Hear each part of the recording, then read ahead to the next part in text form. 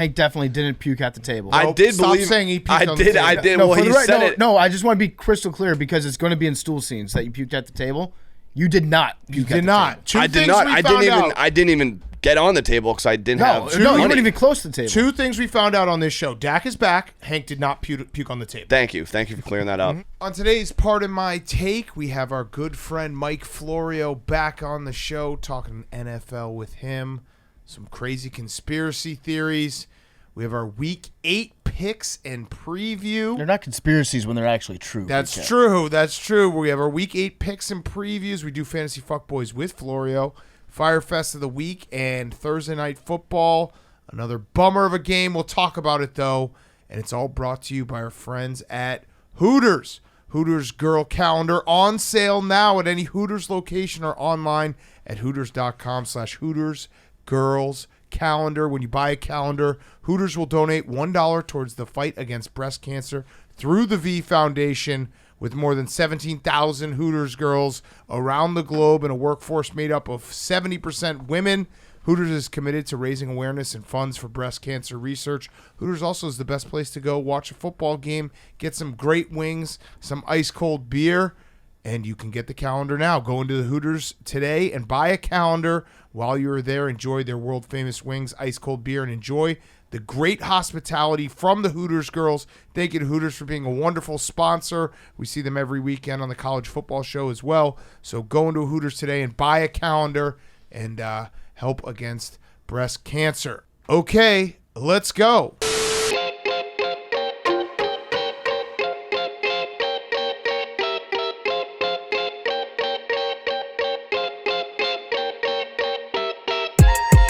Welcome to Part of My Take, presented by Hooters. Go into the Hooters today and buy a calendar. While you're there, enjoy their world-famous wings, ice-cold beer, and enjoy the great hospitality from the Hooters girls. Today is Friday, October 28th, and Tom Brady should retire. The Buccaneers are a pathetic, pathetic football team. Oh, my God, Tom Brady should retire. The short passes he was throwing tonight were particularly painful. It's all bad. Because they were calling these very short passes for him to throw, and he was off target on the easy ones.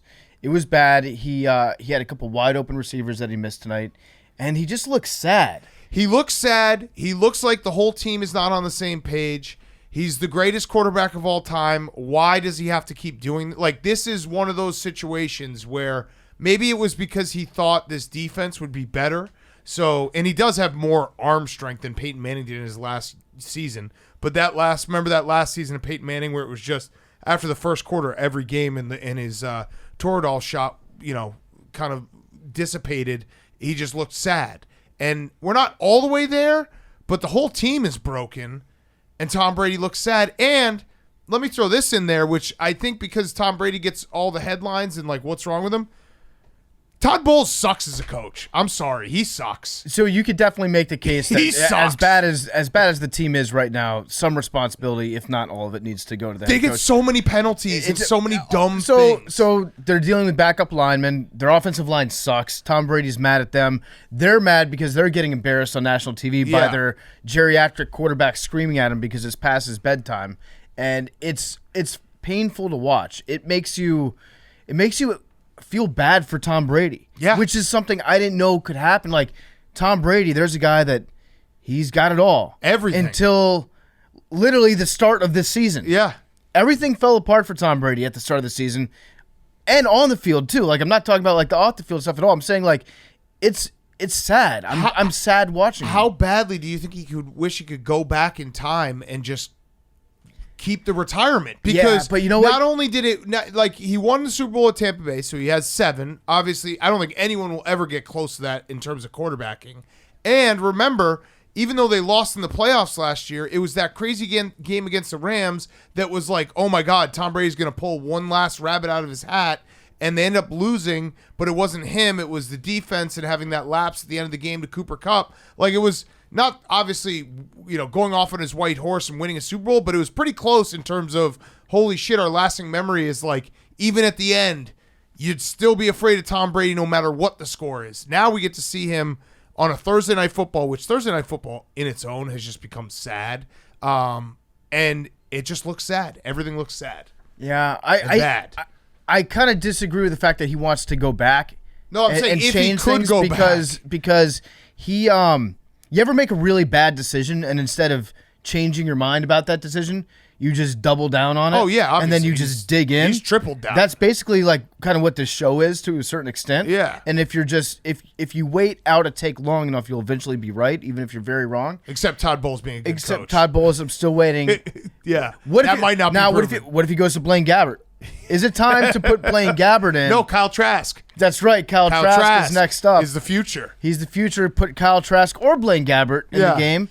Maybe do a little Bailey Zappi, Mac Jones with the two of them. Yeah. And then get a spark going. Maybe that way you could maybe beat the Panthers the next time you play them. Yeah, and listen, we're obviously the story is Tom Brady because it does look sad. But the Ravens were phenomenal, and the Ravens, like, they kind of got their juice back in terms of running the football. They ran for 230 plus yards tonight.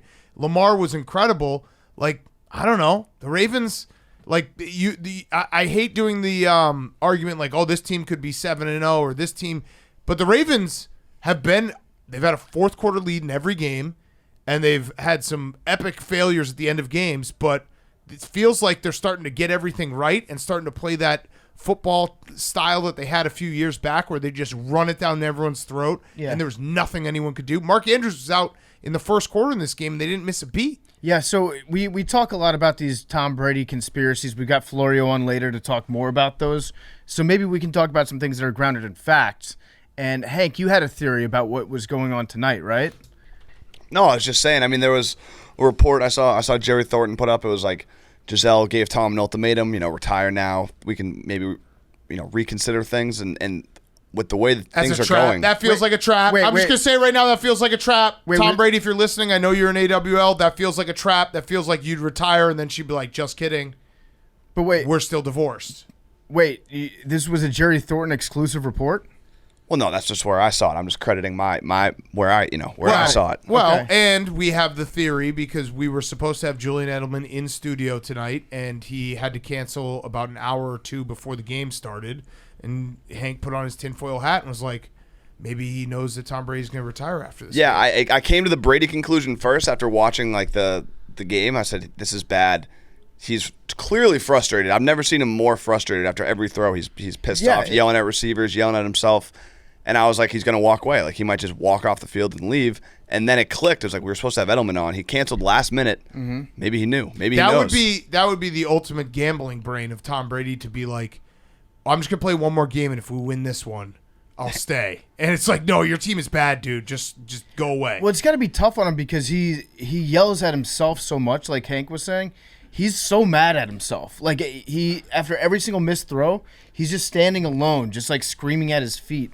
And that's got to be bad for his psyche. That's not mentally healthy for anybody. And maybe this actually is like his master plan. Like, we always give Belichick the benefit of the doubt with every move he makes. It's like, oh, Belichick did it again. What if Tom Brady's big plan here was for America to feel bad for him at the end? Because it is, like, I do feel bad for him. He's the greatest quarterback of all time, and I feel bad. I didn't think it was possible to feel this way about Tom Brady. Right. So like, Tom Brady's always been like the biggest prick because he's such an all-time winner. And there's never been a reason to even remotely feel bad about Tom Brady. And now it's like, I bet Tom Brady would switch places with me if he had the opportunity. Yeah, he probably would. Todd Bowles, they're showing him right now.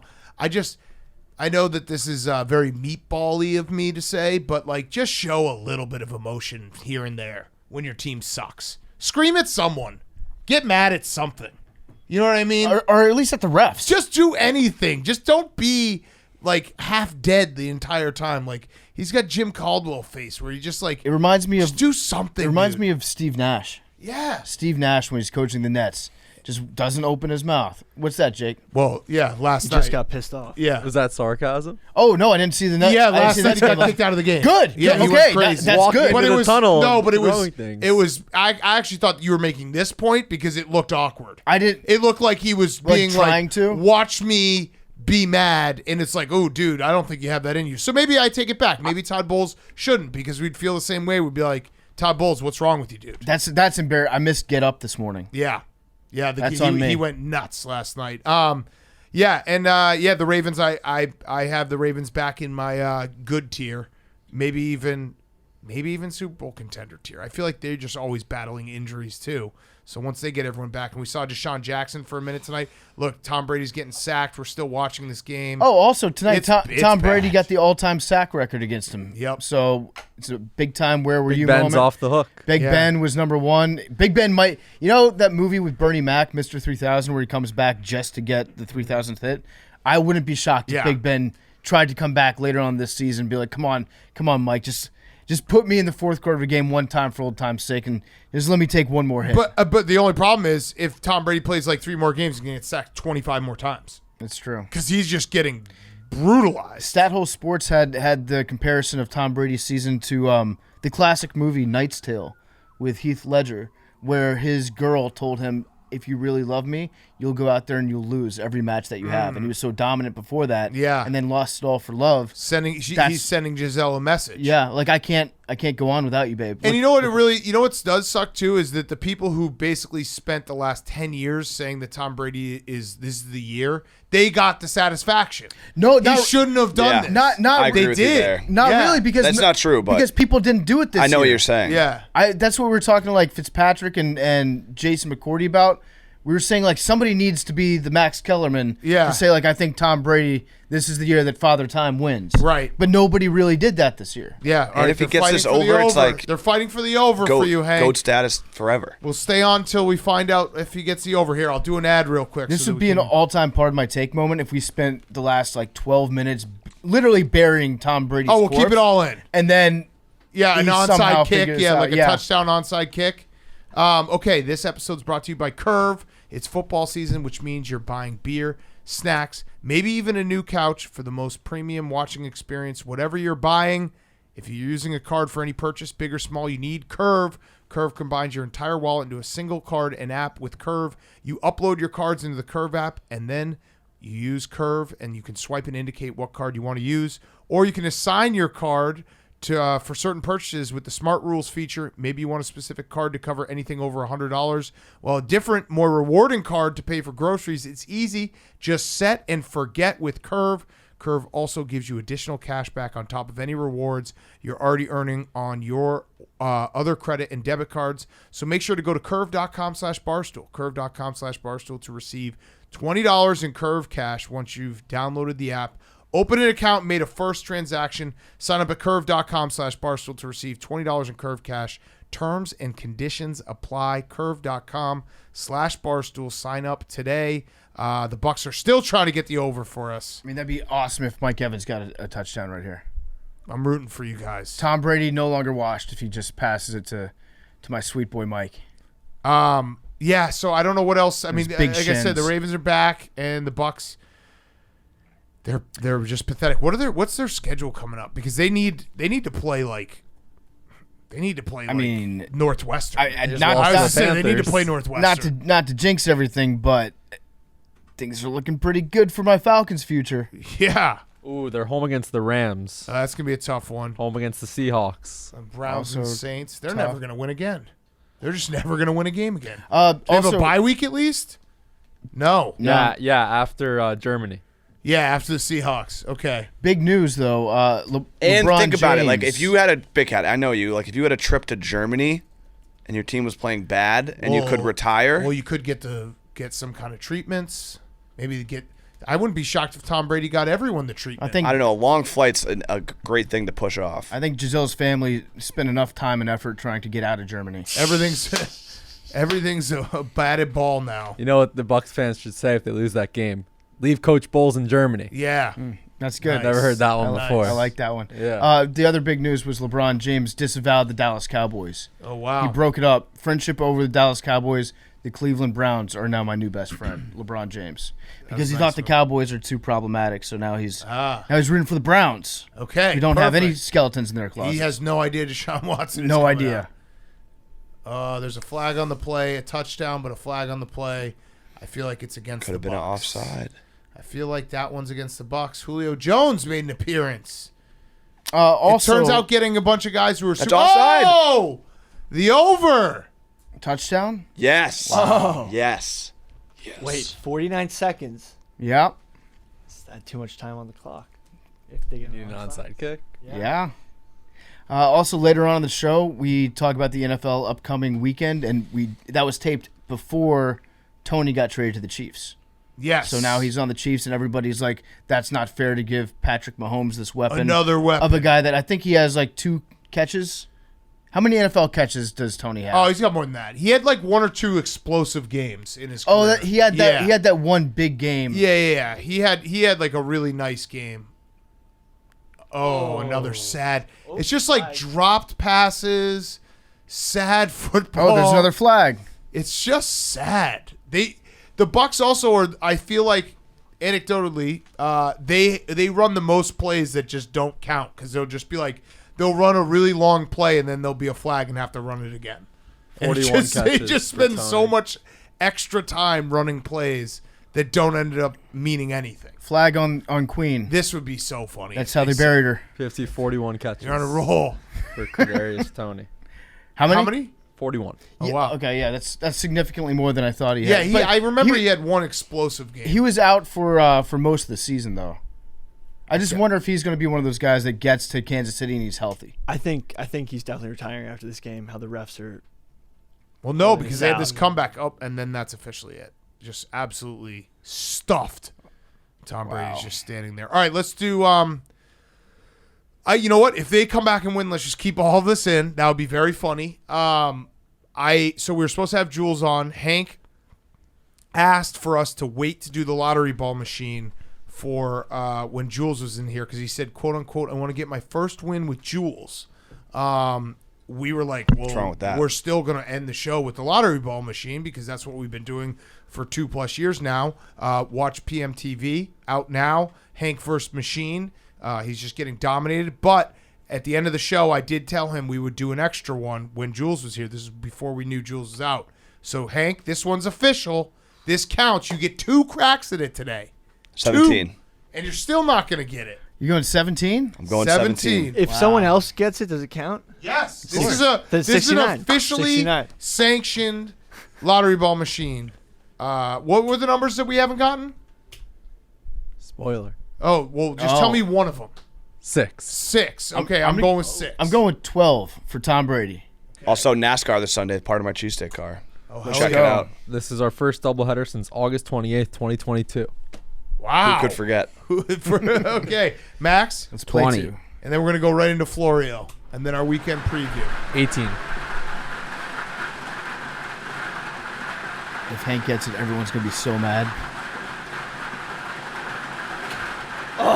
79. Thought that was 69 for I a thought it was second. 78. Oh. Hank, just like I predicted, you weren't going to get this one. Good one. All right, let's go into Florio, and then we have Week 8 picks and preview and Fyre Fest. Okay, we now welcome on our very good friend, recurring guest. You can see him all the time on the Cock, Pro Football Talk. He's got a website, too. It has its 21st anniversary coming up on Tuesday. Do I have that right, Michael? 21 years. Incredible. 2001, November 1, we launched, spawning ultimately the career of your co-host. That was our Wow. only purpose. We all have a purpose. That was our purpose. Thank you. was. Thank you, Mom and Dad, for making a website. At any point, like, leading up to that, were you like, there's a little bit more going on in the world right now in the fall of 2001? Maybe I shouldn't be using my time on a sports website? Well, you know what happened was I was actually working for ESPN.com at the time 9/11 happened. I mean, you're hitting the nail right on the head. I was practicing law full time, and as far as ESPN knew, I was working on their Insider NFL website full time, and it was like a weird sitcom premise trying to keep them from finding out I also was a full-time lawyer. And they offered me a 1-year contract extension right after 9/11. It's like, this life is too much. I'm working for ESPN from 5 a.m. until 11 a.m. and then I'm trying to run my law practice after that. And this just isn't working. I want to start my own thing. I want to have immediacy with what I write. I don't want to have to wait for 3 hours for it to go through levels of editorial. And that was when I decided, fuck it, I'm just going to do my own thing. I love it. So looking back 21 years, it's a crazy accomplishment. I mean, we joke with you all the time, and we, belittle you and call you crazy. You did lose your mind in the last few years, but the last 20, being on the internet for 21 years, day in and day out, is incredible because, we live it on our side. We know how hard that is. It's an incredible accomplishment. What's the one story that you look back and you're like, yep, that's the one that I loved writing, reporting, breaking, whatever it may be? I think the one that really got us on the map happened when they found a dogfighting yard on Mike Vick's property in Surrey County, Virginia, and everyone was trying to brush it under the rug. And my instincts from the get-go pointed to the idea that there's no way he didn't know what was going on. There's no way he's clueless about this. And he denied it. We kept pushing it. I know some people think it never would have come to a head if we didn't push it as hard as we did. I don't believe that. If people want to think that, that's fine. But I think that was kind of the moment we truly arrived. That was 2007, April, May, June timeframe.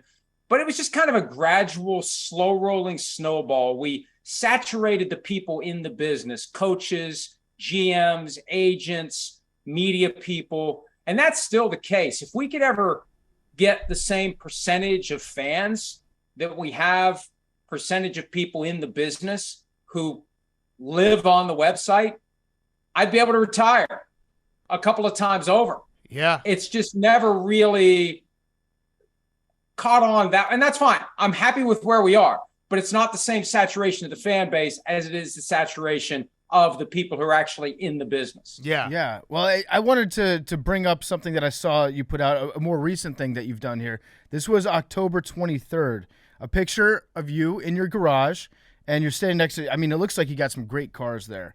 Don't want to speculate, but that looks like it might be an Audi or an Acura. And you're wearing a nice suit on top, really nice suit. And then on bottom, you're wearing like size 55 athletic shorts and then slippers. Is this what you're wearing when I see you on TV? Are Yes. you wearing it's an absurd outfit.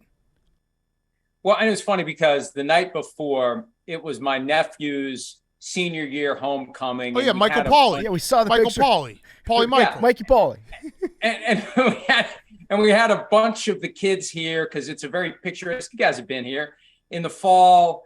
Very, very nice place to do photos.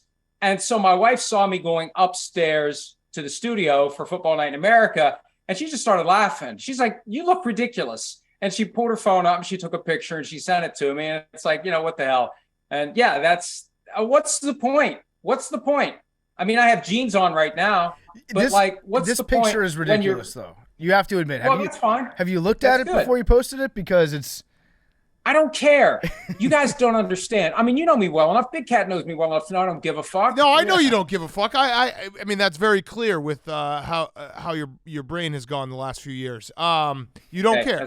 You don't care. All right, so let's talk some football, Mike, because we do have football. We're talking about football. Why? Let's do big picture. Why does this season suck so far? Why do you think it sucks? You mean from the standpoint of not enough points? That was a trick question. It doesn't suck because it's football. But why? Okay. There has been some complaints about maybe not the best games, a lot of Broncos games in prime time, some low-scoring games. Is there any reason, like talking to people in the league, is there anything that you can point to, or is this just a cyclical thing that we have to deal with and eventually we'll get the great football later on in the year?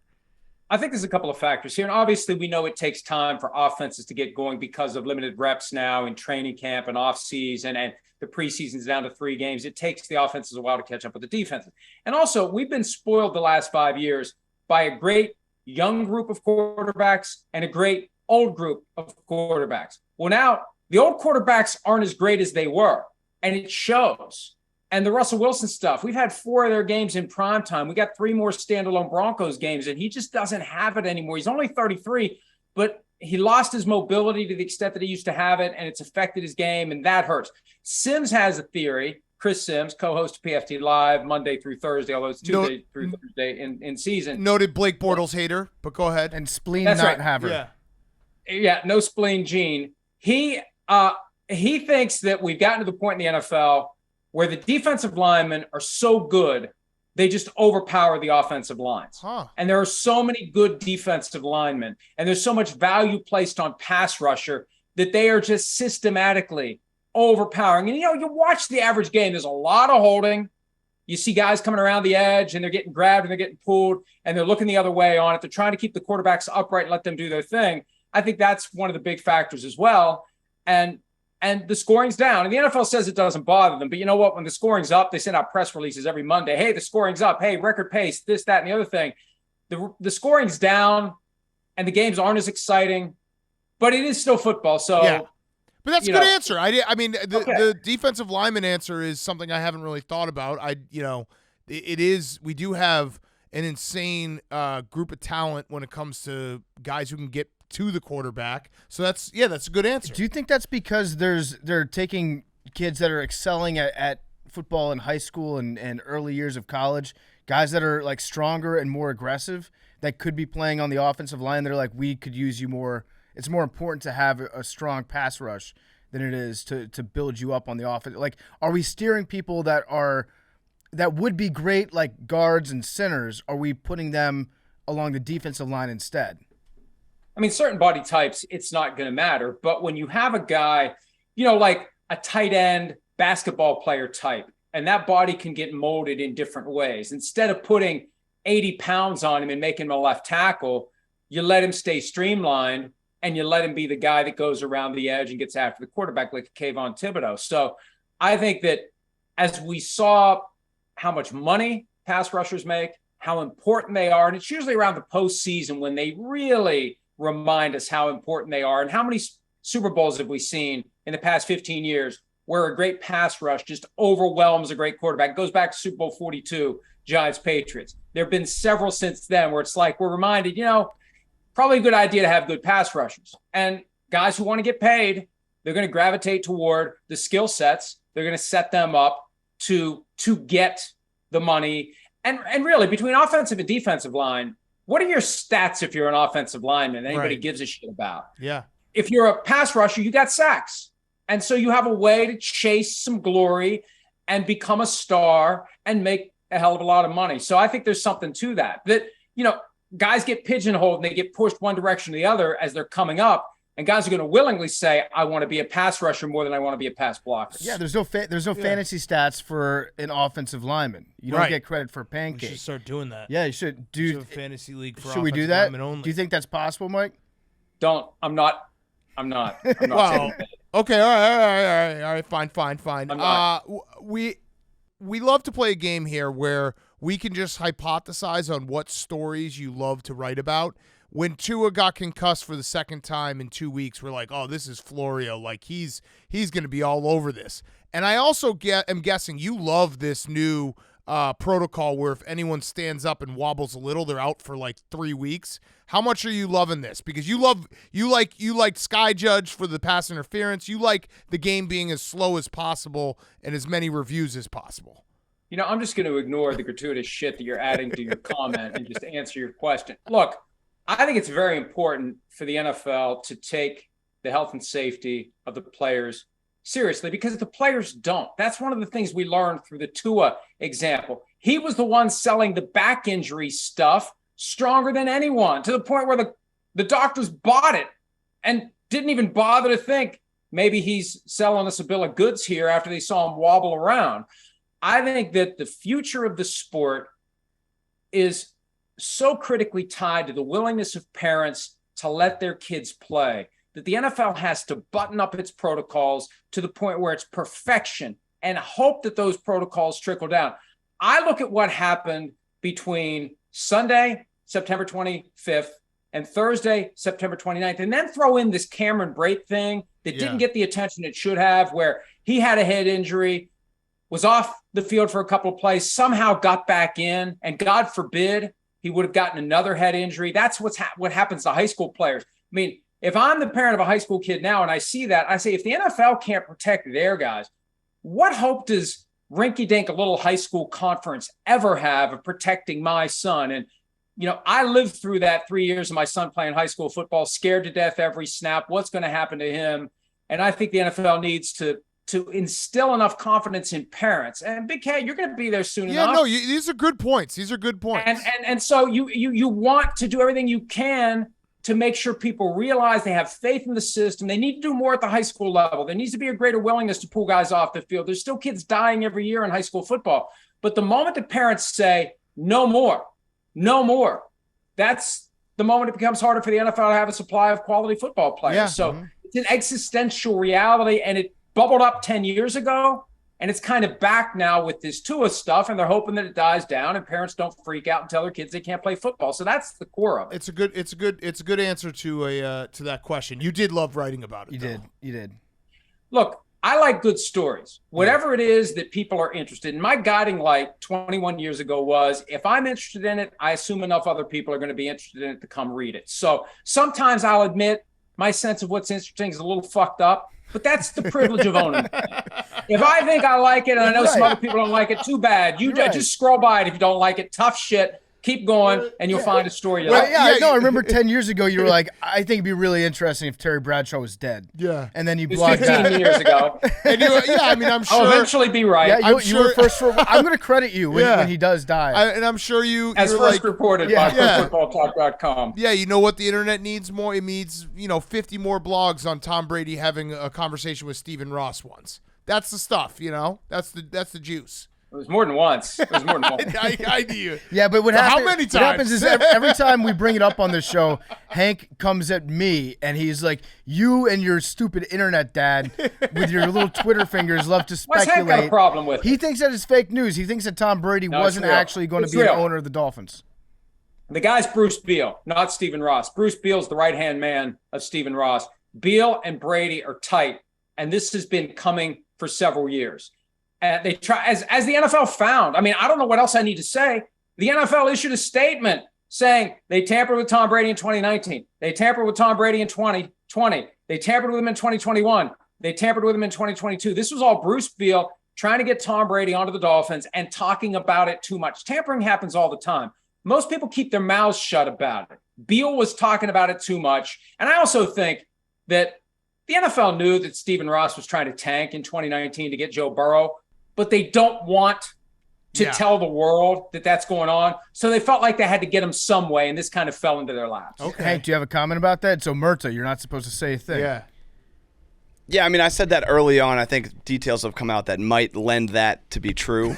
But early on, before all the facts came out, it seemed like a tall tale. Well, he was bringing the facts out. Yeah, Hank. he was the That's fact what, giver. That's what Mike was doing. You want some reckless speculation? Yes. Oh, yeah. Some maybe informed Yeah, speculation? fuck me up. By the way, this is Mike Florio from his barn. Nothing can be held against him when he's in his barn. No. Yeah, international waters. There's a theory in league circles, and I think I'm couching it properly, that the issues with Tom Brady and his wife blew up when the league announced the punishment of the Dolphins because of the flirtation with Brady, because she had, as the theory goes, no idea he was talking to the Dolphins about playing. So Goodell got Brady divorced. Wow. I like this, Mike. I won't take it that step. That is reckless speculation. But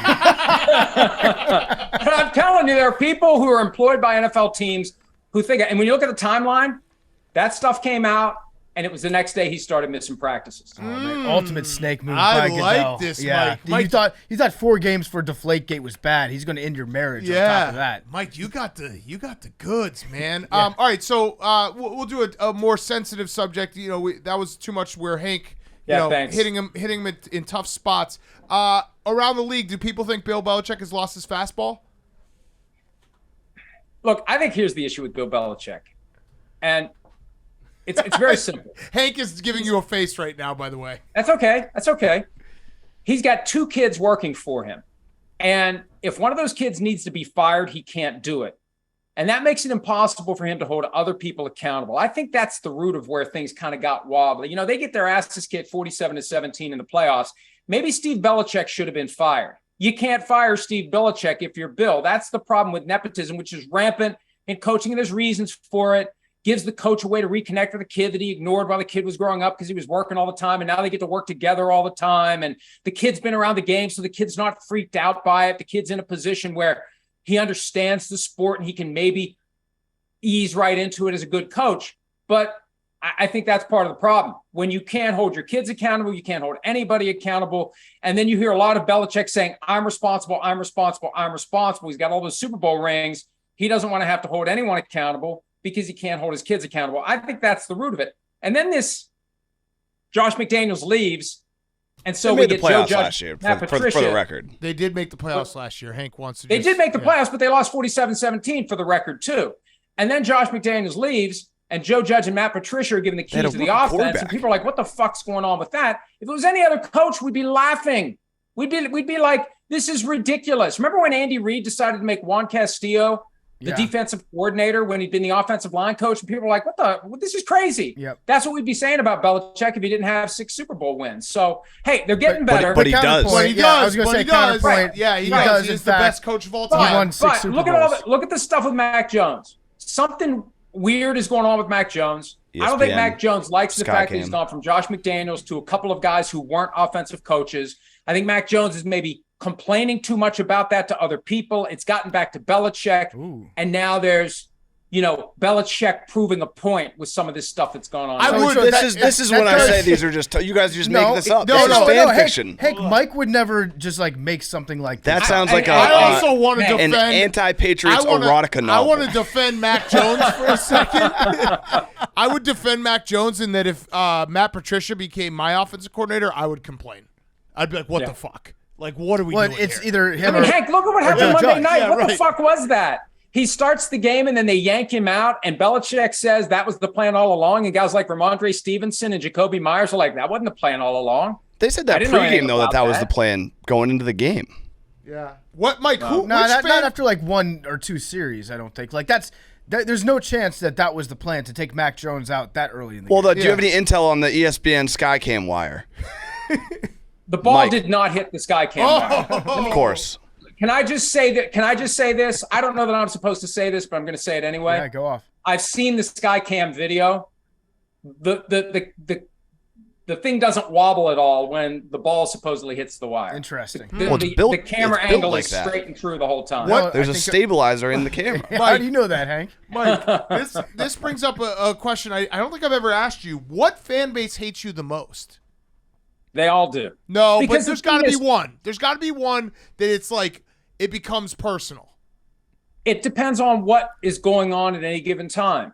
When Joe Burrow, for example, is coming out in the draft, and I'm told by people that I know and trust who are connected to Joe Burrow that he's thinking about making a power play and not playing for the Bengals, and someone tells me, as it's quoted off the record, of course, in Playmakers, if Joe Burrow was from Athens, Georgia, and not Athens, Ohio, he wouldn't have played for the Bengals.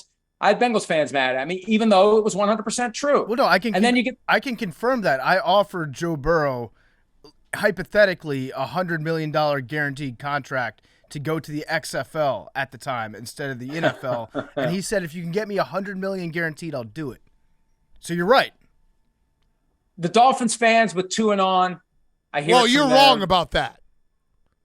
What do you mean? You're two and on exists. Expect us. You and your butt buddy Chris Sims think that Tua is not a good quarterback when he's proven that he is.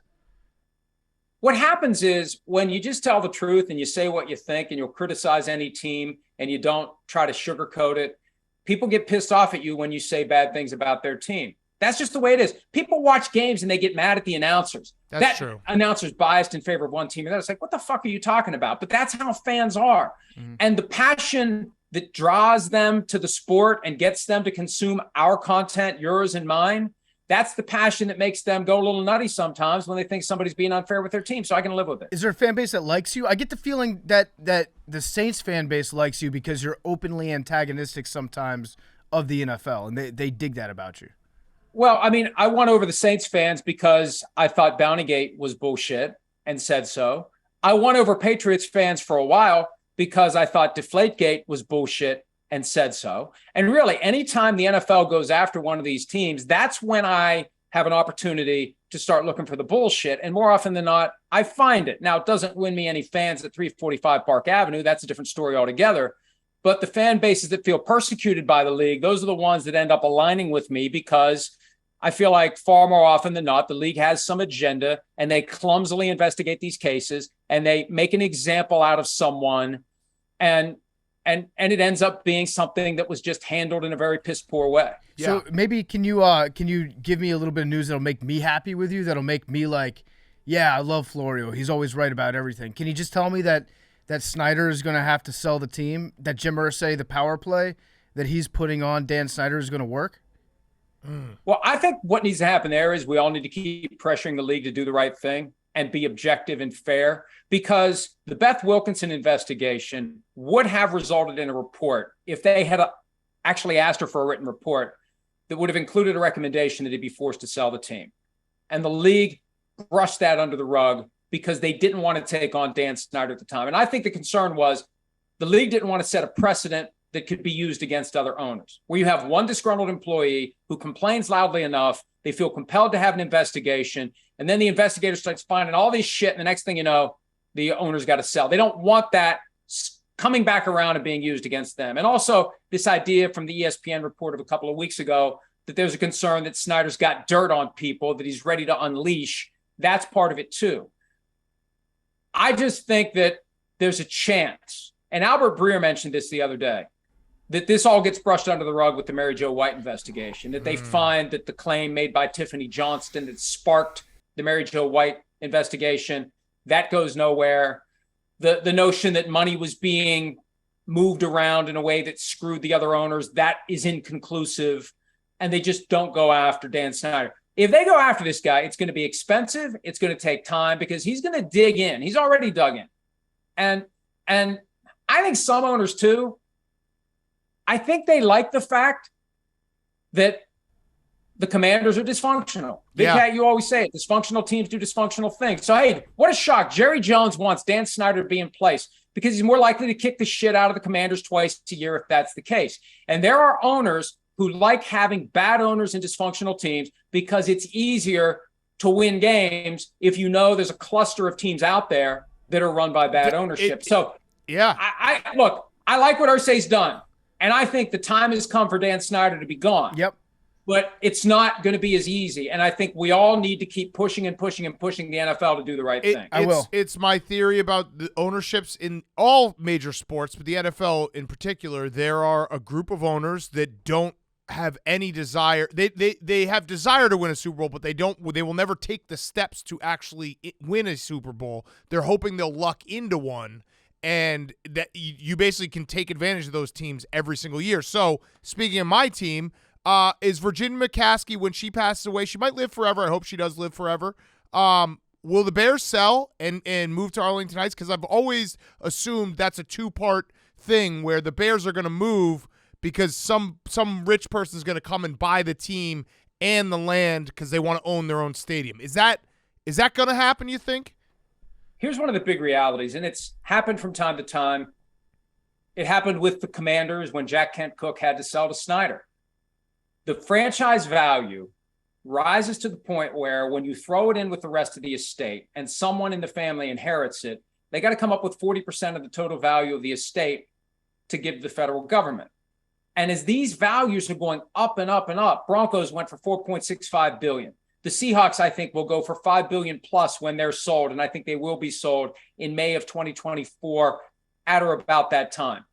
And the values keep going up because of all the money that's coming in from gambling and the increased TV money, and it's just more and more and more. So the point is this: unless the McCaskies have a very good plan in place to transfer equity when she passes, they may be in a position where they get a tax bill that the only way they can pay it is to sell the team. That's what happened to Jack Kent Cooke. It happened to Joe Robbie. It's happened to others. It may happen with the Raiders when Carol Davis passes.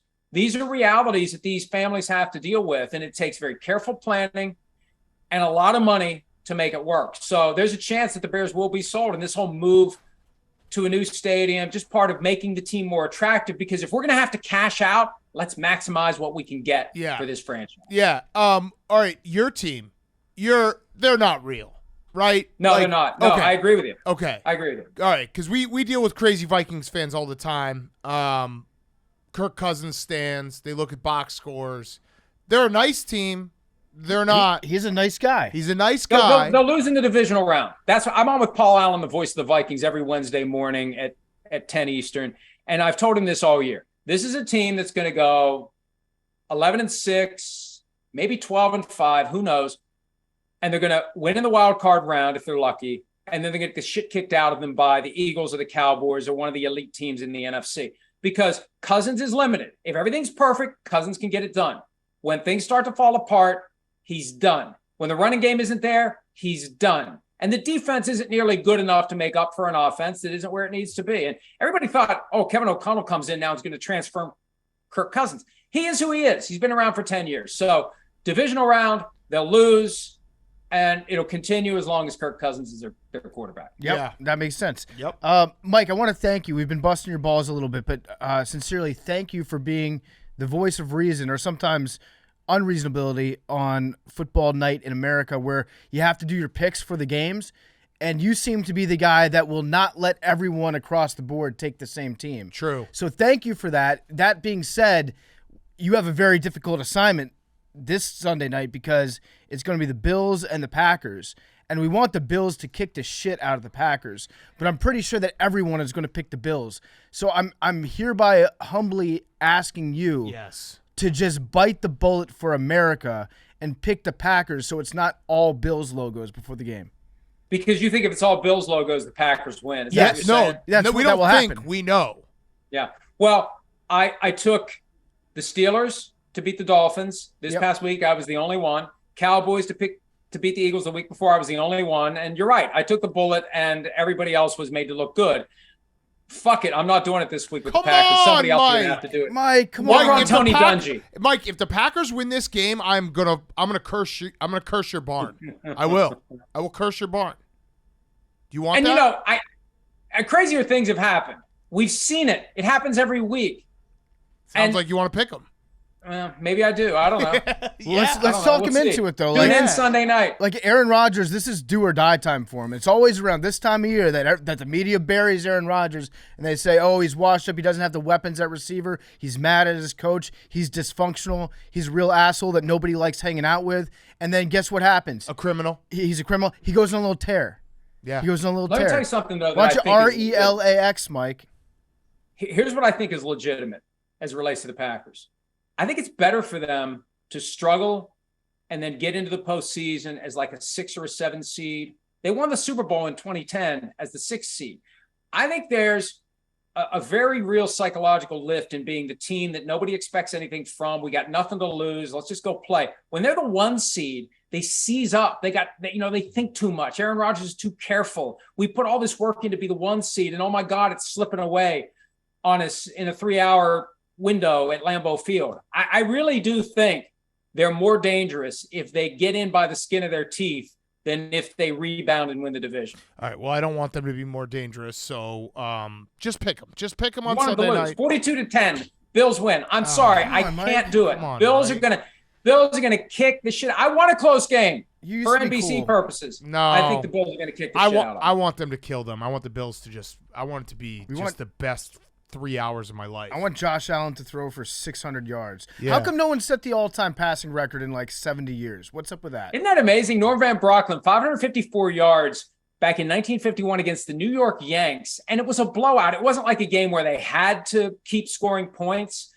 And it was in an age where the game wasn't built for throwing, and it's lasted this long. Joe Burrow got 525 a couple of years ago. He had 481. There was a game, 2020, Bucs Lions, a Saturday game, where they took Tom Brady out at halftime, and he was on pace for like 700 yards. So I feel like it's going to happen one of these days. It really is ridiculous. It's been that long, and it goes back to Norm Van Brocklin in 1951. It's crazy. Okay, so Mike, the game's about to start. I have one last thing. It's the rowback question. It's promo code TAKE. Use promo code TAKE for 20% off your first purchase. Q-zips, hoodies, polos, joggers, everything. Rowback.com. Promo code TAKE for 20% off your first purchase. RHOBACK.com.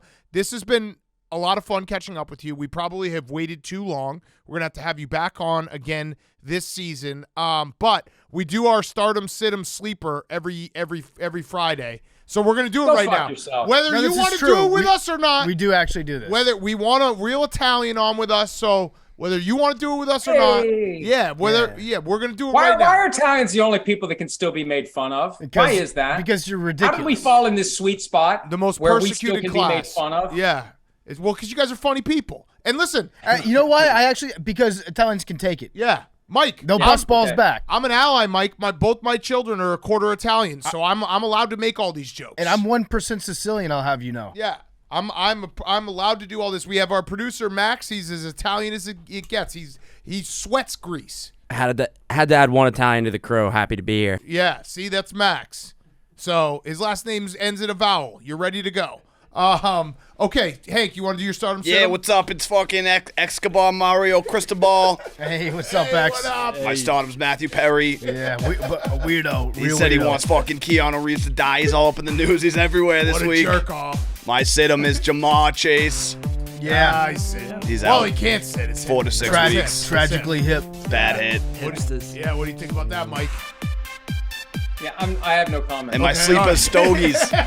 Stogies. Stogies with the boys. Stogies. Yeah, you gotta go in the backyard, go in the barn, fucking rip a couple stogs. Yeah, I the like bond. it. Yeah, real Italian Yeah, shit. real Italian. Hey, what's up? This is Mikey Pauly. Hey, Mikey Pauly. That's my name, too. Yeah, Mikey. Oh, yeah. yeah. Mike. Oh, I'm Pauly Hey. Mikey. You're Pauly. I'm Mikey Hey, Pauly. remember, hey, what's up, I Pauly? gotta promote something. Hold on one sec. Hey, you hey, can do it in your stardom. You can do it in your stardom. You can talk about your little side Your little business. thing, your little that, in a your little minute. this. Hey, I get a cut. Hey, I'm not- don't forget my cut. Hey, Get a little hey, you'll get a chance. I'll send the All fellas right, after all right, you. what's up, Mikey Paul? Oh, hey, what's up, Mikey Pauly? I'm starting trains this weekend. I'm gonna go sit on a train for a while. I love it, nice smooth nice. train ride. Like that train. Nothing like it. Don't go to the store.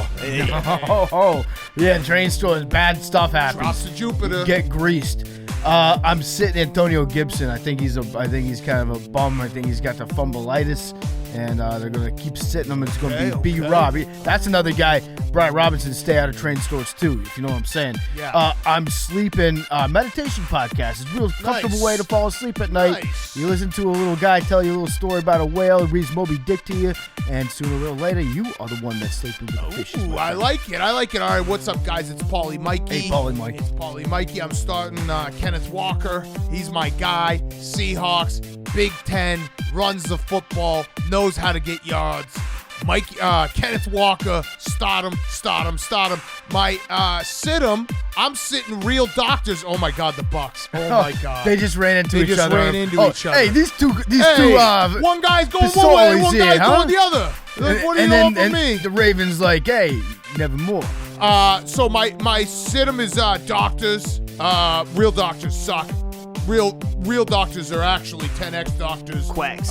Biologists, that's the real life. And then my sleeper is anyone's bond that picks the Bills on Sunday night. Would be a real shame. Real shame if that bond went up in smoke. You got an insurance policy on that thing? Yeah. Okay, and now Billy, go ahead. Hey, yo, I'm not falling for this bullshit. Hey, no. This is some Whoa, elaborate hey, shit. can yell you at me? Nobody gotta cares. fucking listen. Hey, it's it's Chenzo Allegro. Hey, Chen. And my stardom is you ever hear about this guy Sam Ellinger? Yeah, good kid. He's a guy. I guess it's a top He's a earner. guy. You hear around, you're around and you hear something. Yeah. Yeah, my sit-em. Yo, Franklin Delano Roosevelt? Yeah. Yeah. You know that he couldn't stand? You sitting Yeah. FDR, I think he took care of that one always for you. Yeah, Yeah. Allegedly. Turns out couldn't stand. Heard from a guy. I was around. Heard from a guy. Okay. And then my sleeper, Katy Perry's eye. Oh. Not Yeah. good. It's wonky. Sleepy eye. Yeah. Very winky. Very little sleepy. wonky. Little Yeah. dodgy. You see something like that, little sleepy. Yeah. Just got something to check out. Yeah. Just check it out. Not too hard though. Just let it sleep. All right, Mike, go ahead. What's your I'm not starter? doing it. I'm not doing it. This Mike, is your cool. elaborate. No, this is it's your not. elaborate, It's not. calculated It's not. We do bullshit this every that Friday. You yell at me, nobody gives a fuck. No, the we do this moment I every start Friday. doing it, that's what you're gonna do. No. Mike, I have lived through this Nah, you're for too 5 scared. fucking years. have you ever I'm not listened to the doing it. show? We do this You don't every listen Friday. to our Friday show. We do this every I Friday. listen to You your listen to Friday my show. Yeah, we do this every Friday. Yeah. All right, so Okay. what's your thing you got to plug? Your stardom. Okay, I'm not plugging anything. Oh. Start buying playmakers. Yes. Okay, Sit Patrick Mahomes. He's on a bye this week. How about Okay, that? nice. This is Mikey He's on the Florio. cover. He's on the cover, along with Bill Belichick. Start Bill Belichick in the Coaches Fantasy League this week. Okay. Get Playmaker. Special promotion on Tuesday. A special promotion if you buy it on Tuesday. You got to buy it on Tuesday. Special promotion Tuesday, the 21st anniversary of PFT. Not many people know about it, but the AWLs are clued in. Yes. A special promotion if you buy it on Tuesday. Show up Tuesday and buy it. And if you don't buy it, we'll sleep you. We will literally murder you. That's a fact. That's a guarantee. It's right, Mike? You as our lawyer, you say that we can murder people, right? Sure, that's fine. That's Okay, fine. perfect. It's a long Have at Italian tradition to pay people off on election day. I'm glad that you're keeping that up. Like it, Mike. Mike, thank you. We really do that every Friday. We thought Okay, I didn't. But there's no way. There's no way. You saw my text. I had a high-level meeting in New York City, late August, and it crossed my mind on the way to the meeting that this is some fucking thing Big Cat set up. Yeah. So there'll be a question about my fantasy team, and they're going to swoop in out of nowhere and say nobody gives a shit. Well, to be honest with you, we were, I was thinking about different things to do, and then I was like, isn't the best way to get Florio this year is just to have him constantly thinking we're about to get him for all of August and then not get him? It worked. It worked. It worked. It was beautiful. It was Well beautiful. All right. Well, Mike, thank you as always. Everyone go buy Playmakers. Tune in to Mike. He's been doing it for 21 years. We love you. Congratulations, Mike. Sincerely, Thanks, guys. as much shit as we give you, we do love you, and always love that you have our back. We have your back. It's family, It's our thing. Hey, gabagool. There it is. All right. Thanks, Mike. Thanks, Mike. La See you guys. familia. Before we get to the weekend preview, we're here to talk to you about Chevy. We love Chevy trucks. We're starting to see pretenders and contenders emerging after the first month of the NFL season. There's one player that's never a pretender and always a contender. That player is the Chevy Silverado. Silverado shows up week in and week out. It's got unstoppable grit. It's got determination. Chevy Silverado is the ultimate tailgate flex with the available multi-flex tailgate and power outlet built right into the bed. If Homeboy pulls up in a truck that's not a Chevy Silverado, not going to get it. Homeboy pulls up in one of these brand new Chevy Silverados, he's like going to get it. The first ever ZR2 is the ultimate off-road machine. From tailgates and stadium lots to off-road adventures, Chevy Silverado has you covered. Head over to Chevy.com. Learn more about the Chevy Silverado. Okay, weekend preview time. Week 8. It's not halfway. We're almost halfway, but we're not halfway. It is kind of crazy that we're already in week 8. We're already done with October after this week. We're not going to do the thing where we get scared about the season ending, but it's starting to trickle in my head. That's all I'm going to say. It's not 16 games anymore, though. I know. It's That's what I'm saying. 17 We're not games. So halfway. We get the full another week. We have 18 weeks, so next week is halfway. And even if it was 16 games, we're not there yet because guess what? It's not Monday yet. I think we it's- still have this week of games. The two things that always get me to be like, whoa, football's not going to last forever is when we change the clocks, which is this weekend, and when October ends. Because then it feels like October. I know that it makes no sense because we obviously play football all throughout January and February, but in my head, September, October, November, December, those are the 4 quarters of the season. Yeah, it is the start of Scorebug update season. So we're going to see the jack-o'-lanterns on the scoreboards. We're going to see the leaves falling. Monday night's the best color matchup ever for my Halloween. God. Well, I wish it had been the Commanders in the black and the Bears in the orange. Ooh, that would've been the sick. spookiest matchup of Although, all time. I don't want to watch that game again. It was scary. Yeah. It was a very frightening game, not for children. Yeah. But next week we're going to start cornucopia season with the horn that's got the squash coming out beautiful. of it. It's the beautiful. apples, the leaves. This is football season. It's football season. It is football season. We're in week 8. Jake, give us our standings, and then we're going to talk about every game. Some good games this week, some bad games. Go ahead. We have a new leader.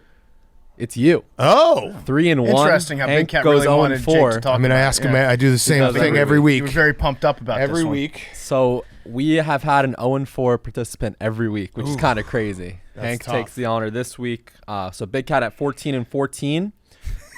Nice. You are in first Strong place. leader. That's awesome. 50%. This is like the U.S. Open when the leader's +2. Yeah, no, the course has been tough this year. Yeah. Tough course. Shout out to the course It's this been, year. yeah, really good.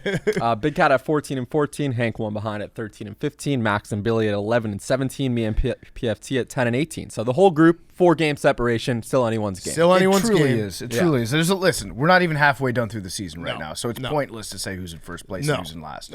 Should we talk real quick? We're going to go through all the games, but we should at least address, before we go through these games, the Russell Wilson going to England and doing calisthenics on the plane. Just an all-time, every time I think Russell Wilson will have a revelation being like, hey, maybe I'm doing too much. He's like, no, I'm going to do even more.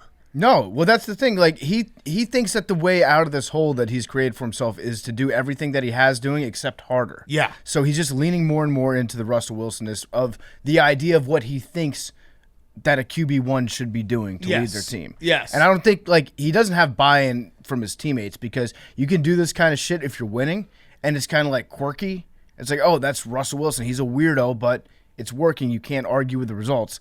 But when you start to lose while you're doing all this weird shit, I remember RG3 in his rookie year, he started asking all the veterans, like, what's your why? Yeah. Know your why. Yeah. Why do you play football? And they started to win. Everybody was like, this rookie is precocious, but he's getting the job done. Then once things start to fall apart, it's like, I fucking hate this guy. He's annoying as shit. And the why is we're getting paid. Yeah, we yeah, want money. yes. Everyone wants the money, and Russell Wilson has his money, so he probably annoys the fuck out of everyone even more, knowing that they're still trying to get their money. He has his money.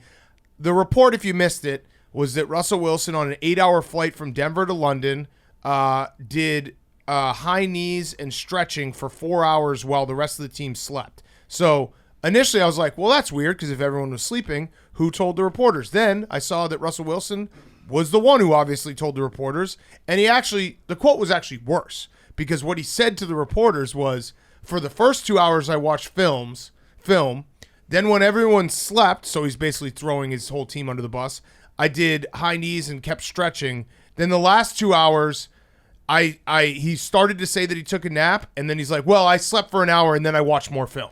So basically, in an 8-hour flight, he's only copping to 1 hour of sleep, and the rest of it, he was working his ass off and stretching and doing everything to make sure that he's ready. And again, I like the actual act of keeping loose and making sure his hamstring's ready for the game. That's fine. It's telling everyone that that's what you did. That is so ridiculous. I think 4 hours of high knees is just simply too many hours. That is. I think maybe 4 minutes of high knees is the most that anyone should ever do. After that, you're just showing off. Yeah. He's doing the thing where he was doing this is the first football pass. He was like, these are the highest knees of all time that I'm able to do because I'm on an airplane. And I'm really getting it. If I was that pilot, I would have, and I saw somebody doing high knees for 4 hours, no disrespect, I would have caught the German wings flu. Yes. And I would have been like, okay, we're going down. Yeah, we're going down right now. His body must be like just begging him for a break too. It's like the inverse of my body, where every now and then my body will tell me like, hey, maybe today you should like try to lift a weight or get your heart rate up for a second. Just let's feel good for a second. His body's like, hey, Russ, maybe let's just sit on the couch and eat a potato chip once instead of every fucking waking hour making me do something that I don't want to do. That's what his body's screaming for help. I can almost guarantee you that Russ Wilson, in the course of the next 2 years, will enter in with a partnership with a mattress company that eliminates the big weakness in sleep. There's an inefficiency in sleeping, Big Cat. You can't work out while you're asleep. Yes. He'll figure out some way to make sleeping a workout. Yes. And then he'll be like, it's me, Russell Wilson. Even when I'm sleeping, I'm still grinding. Yes. Get your hands on the Russ mattress. That I could absolutely see that mattress. happening. He is quite something. Okay, so let's do our picks. We'll talk about every game, but we had to address that. We'll start with our favorites. What about the Robert Quinn trade? Oh yeah, well I had it under the Bears Cowboys. If we discuss that game, I will discuss that game. Okay, if so we wanna start you're taking the Cowboys. taking the Bears. Oh well, no, Okay. you're doing favorites first. Okay. Yeah, favorites first. But the Robert Quinn trade, I still don't think people and I put myself in this camp. I don't understand how the cap works. I don't understand trade value in the NFL, because everyone always, like, whenever someone gets traded, they're like, that's all you got. The Bears are not a contender right now.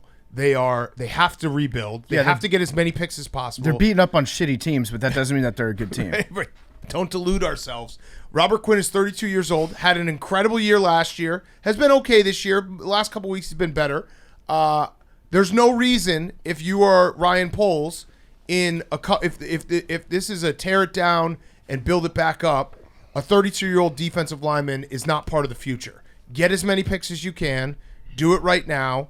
I think it's actually great for the Eagles as well because now they have depth at the pass rusher position, which would be the one thing you could say, like, oh, their defense is great against the run, all these things. They probably need to get the quarterback more. I love the trade. And everyone will just shit on, like, all you got is a fourth. I actually think that's pretty good value. It's like the Khalil Mack trade. Like, when guys get older, you don't get a lot for them. You just don't because draft picks are very, very important. How many years did he have again? I don't know when he can get cut. I know they saved some money on the future cap, but it's a smart trade because you need as many picks as you can. And I posed a question to Twitter yesterday because there was one person who was like, the Bears should have traded Roquan for 2 firsts. And I was like, first of all, Roquan I don't think gets 1 first because he's an off-ball linebacker, which is not a premier position. But the amount of guys in the NFL that would get 2 firsts that are non-quarterbacks, the list is probably 10 to 15. Aaron Donald. I don't even know because he almost retires every year. That's true. Yeah, like it's Aaron Donald 3 years ago. Right, it's pretty much guys who are on their first contract and control. Like it's Micah Parsons, maybe some coaches, maybe Sean McVay. Yeah, maybe Sean McVay. He also almost retires too. TJ Watt, people were throwing out Justin Jefferson, Jamar Chase. Those are good answers. It's Sam Bradford. It's a very small list of guys. I think non-QB. I know, but I think Sam Bradford, didn't he get traded for like multiple first-round picks over the course of his career? He did. So it's but the list. Like, and then people were like, well, what about Jamal Adams? Jamal Adams was an atrocious trade at the time. Joe Douglas fleeced the Seahawks, and we all thought that at the time. Mm-hmm. So, yeah, I'm cool with the trade. I wish the timing was different. That's all I'll say. Because you saw Roquan Smith kind of get teary-eyed in the press conference. The Bears just have their biggest win in a long time, and then you trade Robert Quinn.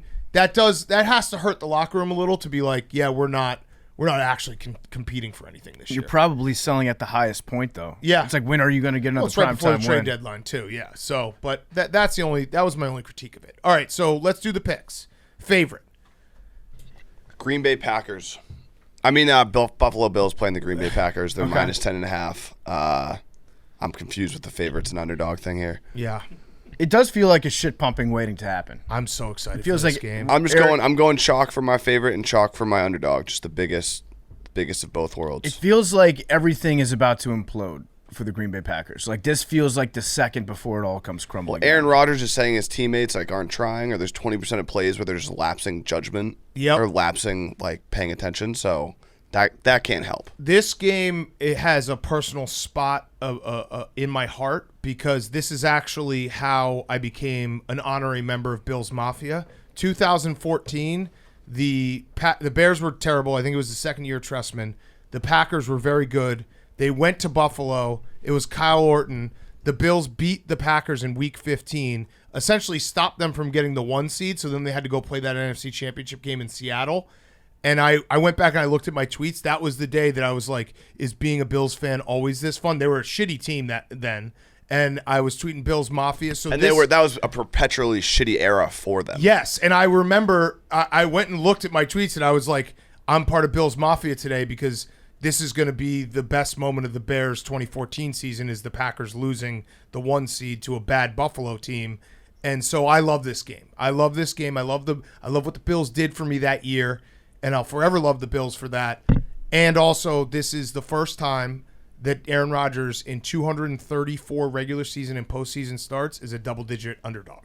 That's crazy. Longest streak ever for a quarterback to start their career as to never be a double-digit underdog. That is crazy. So you're taking the Bills? I will be taking the Bills. They're not my pick, but I will be taking the Bills. Well, it feels like yeah, this is the moment where it does. Seems like everything's adding up to it. Like, even LaFleur is saying, like, yeah, I deserve all this criticism. I've sucked myself. Yeah. So he's even admitting that there's some problems going into it. They don't really have that many weapons on offense. They should run the ball a lot more than they do, but they don't. Aaron Jones should be featured more. They're just not going to. You should give the ball to A.J. Dillon. You should give the ball to Aaron Jones. Is Dillon hurt? think so. So they should just run the fucking ball more because they don't have the weapons on there. Even if they wanted to pass the ball more, I don't think Aaron Rodgers wants to throw the ball to those bums on the outside. I think he thinks they're bums. Yeah. And also the Bills riding high off the momentum of releasing the new pictures of their stadium. Yep. Which looks awesome. There's no dome on it. Josh Allen is an outdoor cat. Look very cool. I'm sorry, Kurt Warner. He's going to be playing outdoors for the rest of his career. I love it. The giant buffalo outside the stadium were awesome. Yep. They've got three giant fucking brass buffalo with balls hanging off their legs. They need to be bigger though. I want the buffalo outside the stadium to be bigger than the actual stadium itself. I agree. It should be like something that NASA can see from space. Yes. They're like, look at that. You see the Great Wall of China? How about the buffalo in Buffalo? Yeah, I want it to turn into like a tourist attraction. People go up to Buffalo to see the giant fucking buffalo. Yep. Probably Bills Mafia climbs it after big victories. There'll definitely be somebody that tries to jump off that buffalo into a table. They're going to have to rope it off. Yeah. They're going to have to put a big gate around it. Or just a lifeguard. Have Pinto Ron on a lifeguard stand. Sitting on the buffalo. Sitting on the buffalo, and he just squirts ketchup at you if you try to climb up it. Yes. Josh Allen also 10-3 against the spread in primetime. Pretty good. I'm going to love this game. This game is going to be erotic for me. I want them to absolutely punish the Packers. Okay, that's your favorite. Max, your favorite? Falcons -4.5 against Okay. the Panthers. I think the Panthers stink. I think the Falcons are good, and I think that line is low, which scares me. But love the Falcons. It's the first time that the Falcons are favorites this year, I believe. Yes. When we get to our underdogs, I'm against you on this. I'm now buying what I was reading up about the Panthers. I guess I can just talk about it right now. The way of the Panther? I didn't realize that Steve Wilkes is from Charlotte. That's a big miss on my part. I didn't know that either. Yeah, interim head coach from Charlotte. Guys afterwards, David Tepper gave him a game ball after the win against the Bucs. They're all talking, like the locker room is talking about how he got screwed in Arizona and they want him to have the job and they're playing for him. And they're like, he means a lot to this franchise, to this city. It's also crazy to say, this is a nuts thing, but just follow me here. David Tepper was on the Carolina staff when they won the NFC South at 7-8-1 that year in 2014. Remember Ron Rivera talked about it in his press conference after he got fired, which was very bizarre. If the Panthers beat the Falcons and the Raiders beat the Saints, and we'll already know if the Bucs won or not, say they lost, the Panthers would be in first place, which is insane. That is crazy. That's insane to think about, that they could be in first place in the NFC South on Sunday night. It's nuts. But that's stupid. But that's stupid. That means, though, the only reason I'm saying that is because when I saw these quotes being like, we're playing for them, we're dying for them, we want them to get the job, I was like, what do they care? They're out of it. And then I was like, wait, are they out of it? And they are out of it, but they're also technically not. They're not mathematically out of it. Right. But they're out of it. But you can they're delude selling yourself. all the good players. Right, you can delude yourself in being like, we're not out of it because mathematically we could be in first place on Sunday afternoon. Yeah. Don't forget, though, that the Falcons had an extra half of practice to get ready for this Panthers game in the second half of the game against the Bengals last week, where they just decided we're not going to pass the ball. We're going to just implement. We're going to do our first half script against the Panthers in the second half of our game against the Bengals, where they threw 13 total passes after losing by 18 points, while losing by 18 points. The Arthur Smith Coach of the Year buzz is picking up steam. It is. I think it's going to be tough to beat Brian Dable. It's going to be very tough to beat Brian Dable. However, you never know. Yeah, I'm down to get it going. Yeah. I think he should be in the discussion. Absolutely. He's in the discussion right now. Do they have finalists for it? Do they get like a bunch of coaches together, or do they just pick – do they just say, well, hey, we have a vote. Oh, that's right. So let's right. just give our vote to Arthur Smith right now. I think we should split it. Okay. Arthur Smith and Dable. Okay. Perfect. Okay, so in the discussion. So we're going to – one way we're going to win this. So but yeah, the Panthers are going to be my underdog pick. Yeah, I hate it. I'm sorry. It's fine. It's fine. I hate it. The Charlotte part, I'm so mad at myself because I consider myself a little bit of a guru on interim coaches come in, and I just somehow missed that part. Well, it's because we're so excited about the possibility of getting Ben McAdoo as the head coach that we completely overlooked Steve Wilkes. I know. And now these guys are believing and getting a game ball from the owner. Are they pounding the drum? Are they bringing back the keep pounding? I don't know. I'm starting to believe in this Panthers team to not be terrible. I want to clarify. I do not think they're good. I do not think they're going to go to the playoffs. I do not think they're going to win more than like 6 games, maybe 4 more games. But not being a lot. Yeah, not That's being the a lot. worst team and being like just a little bit better than the worst team is a big difference. I like PJ Walker. Yeah, He's fun. he is fun. PJ Walker and Heineke leading the XFL resurgence. Yes. All right, your favorite PFT. My favorite going into this weekend. I want to be a basic bitch, but I'm not going to. I'm going to take the Pats. Okay. I'm taking the Patriots. So Belichick is something like 34-15 against the spread after losing as a favorite. He's also 35-11 straight up against the Jets in his career. Yeah, and I don't think he's lost against the Jets since 2015. I think it's 6 years. It's Jesus 12 straight. Christ, that's It's a 12 lot. straight. Okay, so it might 12 be, straight. I can never So do years. all the hot take shows out there are going to be talking incessantly about like Mac Jones, Bailey Zappi, The Wire. Which one are we going to no do? one's talking about The Wire. I've seen a lot of people talking about it. What do you mean The Wire, Hank? The Wire that Mac Jones ESPN's Monday Night Football cam, the wire for it, the Sky Cam, Mac Jones' ball hit it technically by NFL rules. If a ball hits a unconstructed, like non-part of the game, then the play is called dead. The ball was clearly going out of bounds. He was throwing it away. It hit the wire, came back inbounds, and was intercepted. Okay. Then So Bailey that Zappi didn't got put in. So not to That go all Alex Jones on you, but it just saw it with my own eyes. just so happened that Barack Obama was on the Manning cast at the exact time that his beloved Bears got a drone interference penalty against the Patriots. I'm just looking at the documents. It's adding up a little bit. But Hank, what I'm saying is, like, you probably want me to talk about Mac Jones and Bailey Zappi. That's what you see on TV. You see all the lame talk shows are just trying to get clicks and talk about a quarterback controversy. I want to talk about the Patriots defense because the Patriots defense, I think, is going to befuddle Zach Wilson. Zach Wilson's going to be befuddled this weekend. And the He's going Jets to be so confused. Belichick knows how to fuck with befuddled quarterbacks, and Zach Wilson, I think, is one of the more befuddleable quarterbacks in the NFL. They made Darnold see ghosts. Yeah, Yep. and obviously Breece Hall injury hurts. Their offensive tackle also out for the year. Kind of sucks for the Jets. They've had some injury bug. They traded for James Robinson. How are we feeling about James Robinson? Good. I mean, the Jets run that's blocking a scheme. perfect answer. Like, Yeah. okay, yeah. Yeah, the Jets run he's blocking fine. I did read. I mean, his- Michael Carter's good. Yeah, Yeah, Michael Carter he's is good. good. James Robinson is okay. He's good. But in Michael Carter, I think he's going to get more reps, and he's also, I think, been overshadowed by Breece Hall. Okay. So him getting more reps, I think we're going to see him explode. I think your offensive line injuries are low-key more important than the I Breece know. Hall injury. Yeah. And Hank, if you would like to deal with the Jets fans on Sunday, you can get in with the Game Time app for $89. Wow. You can deal with what I had to deal with a few weeks ago if you'd like. Yeah, that's pretty scary. They'll be grabbing their ankles like Mac Jones and crying. Yes. So head to the Game Time app. Flash deals in the app.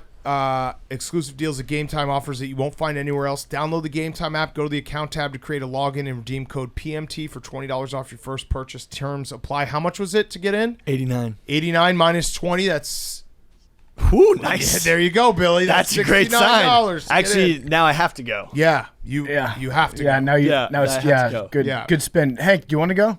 Hank, come on. I do really want to go. Okay, then go. I actually got tickets already. we gotta We're work. going. No, you and Billy should go. Yeah, no, I actually have the tickets already. We should go. Hank, you should go. I would. Hank, we're going. I gotta work. Yeah, No, he's I'll gotta wake you work. up on Sunday. We'll go. He's got to work. Are you scared that you're going to lose? You're wearing green right now. I am wearing green. He's got you on that one. I'm Team Black though. Checkmate. I am wearing green right now. Fucking aiming. I think if you really like your Pats, you should go. Billy, I really like the Pats. I just like I'm a workhorse. I don't know what you want me to say. I just gotta. I I gotta. I mean, we there's could there's a create lot some of games to game amazing one. content. We work. Workhorse. We work. He's a workhorse. Yeah. Okay. Can All I- right. So you have the Patriots. Yeah, I got. Go, I don't care. Yeah, I got the Patriots minus 2.5. Okay. Billy should go. I am going to. Jake, you should go in my stead. It's a big game, Billy. It's a not. big game. You gotta. This Can I is please like go? all the good vibes on the Jets season. Kind of is a make or break in the next 3 weeks. I know. I have no problem with Billy. I went to like 3 or 4 past Jets games, and they are all disappointing when we first moved here. Like I have no interest in going to the Meadowlands. Because you beat him so bad, or If it was a night game, This Maybe. might be a little more exciting. Monday Might be night worth it. game, I think Hank's scared. You're scared. If you I'm get getting- worried, I'm getting- he's a workhorse. I'm getting scared vibes. I am a from that. workhorse, and corporate life never sleeps. But I love watching all the other games. Like I don't like being at one game on Sunday knowing there's other games going on, and then having to work after. If it was a normal Sunday where we could just go to the game, get shit faced, and go, and then go home and go to sleep, different story. Yeah. But like going to the game, missing all the other games, and then having to come to work for the rest of the night. Brutal. But you're not scared. Not scared. Not scared. Okay. My favorites, I'm going to take the 49ers minus 1.5. I assume that was who you're going to be if you were basic. Yeah, no, I agree with you. But also at some point, I feel like every time this happens, it's like if you really enjoy a band and then they get mainstream and everybody, like they're on the radio, everyone's talking about it. It's like we've known for a while that Shanahan owns McVay. Yeah. And now everyone's talking about it. It's Yeah. like if you like Shanahan so much, name 3 of his old running backs. But I just can't, like, he's 8-4 against McVay overall, straight up. And then, so one of the losses was the NFC Championship game that the Niners, if they don't drop the easiest interception ever, win that game, they still covered. And then the other 3 losses, C.J. Beathard, Nick Mullen, and Brian Hoyer. 2017 and 18, when the Niners were horrendous and the Rams were Super Bowl. They went to the Super Bowl in 18. So it's not only that he like really owns them. Yeah. And I'm going to go back to the well. I'm just going to keep doing it. I keep betting the Niners. I bet them the last few times they played the Rams. I'm going to keep doing it until something changes or something looks different for Sean McVay and the Rams against the Niners. I'm going to take the Niners too. I think that's a good bet because they also the Rams are missing some offensive linemen. Yep. Bosa's coming back. Bosa's coming back. I think Bosa's going to feast. Bosa's coming back, and what we saw in the NFC Championship game, this is a home game for the Niners. Yeah. There's like it's going to be like 60-70% Niners fans. Yeah, I also like McCaffrey. Like if he has 2 days to learn the playbook, imagine what he's going to know on 9 days. Couple special packages. Hell yeah. Yeah. Okay. That's my favorite. Billy, your favorite. This is a big weekend for me. Chad Kelly's getting his first professional football start. Sam Ehlinger is also getting his first professional football start. So all my picks are going to reflect all my takes. You're playing against the So Pats. I'm going, yeah. There's a lot. I'm Billy, going, yeah. You got a lot. Your reputation's on the line this weekend. I know. We're going Colts -3 over the Commanders. So That's my favorite. you're making it worse now. Yes. You're even like doubling down on your. We're either going to be crashing and burning or celebrating. I like So, that. Just go put all your chips in the middle. Yeah. And just hope it works out. On Sunday night, I might be in shambles. Yeah. So I'm very prepared for that. Sam Ehlinger, I think he's a mobile quarterback, enough to light up an offense. We see these mobile quarterbacks getting first downs, extending drives. I think the Colts are going to have the fire in their belly. Yeah. And also, as we heard, the Commanders had a party on Monday night. Halloween party. Halloween party. party. So I don't think that's good in a game Dreaded week. 6-day hangover. Yeah. I mean, alcohol has effects for like 2 weeks after you drink it. That's according true. to certain football coaches. Okay. Yeah, I know. I can tell. Like I can still hear it in your voice Exactly. from Yeah. Saturday. Yeah. How was your Saturday? It was great. Yeah. He got Chris Long drunk. Oh yeah. At the Yankee game. No, actually, Chris Long got him drunk. Yes. That was a fib that Billy told. Yes. No, Chris Long claims that because I went home early, it means that No, he got you drunk. He paid for your drinks. He did and pay then, for my and drinks. then He you did pay for my drinks. and then you left because you were so drunk. no, because I had to wake up and do part of my So take. Chris Right. Long got you drunk though. Yeah. For You the had to record. wake up and do part of my take right away. At On 11 well, you have to o'clock the watch next all night. the football. All the football. So you're agreeing with Hank? What time? He can't go to the game because Yeah, he's got to but watch I- all the football. Well, I had to like You were imagine if I here. didn't watch all the football. Yeah. Yeah. You weren't here yeah, during the day. Yeah, you were here. I think you got here at like 5 o'clock that night. So you didn't Still had to watch wake all up the- and watch all the Big football. Cat, he was watching football. was watching all He was the working football. from home. Yeah. I was. Yeah. You guys He don't play watched the Jet game. That is Yeah. what Billy said. We He had said the he Jet can game prep on. for the show better if he watches from home. The Jet game was in the afternoon. Right. That's why I watched it at home. No. It was on here. It was you actually There's came. 3 You games traveled in during the Jets game. At halftime. Okay, it's unraveling for but- you.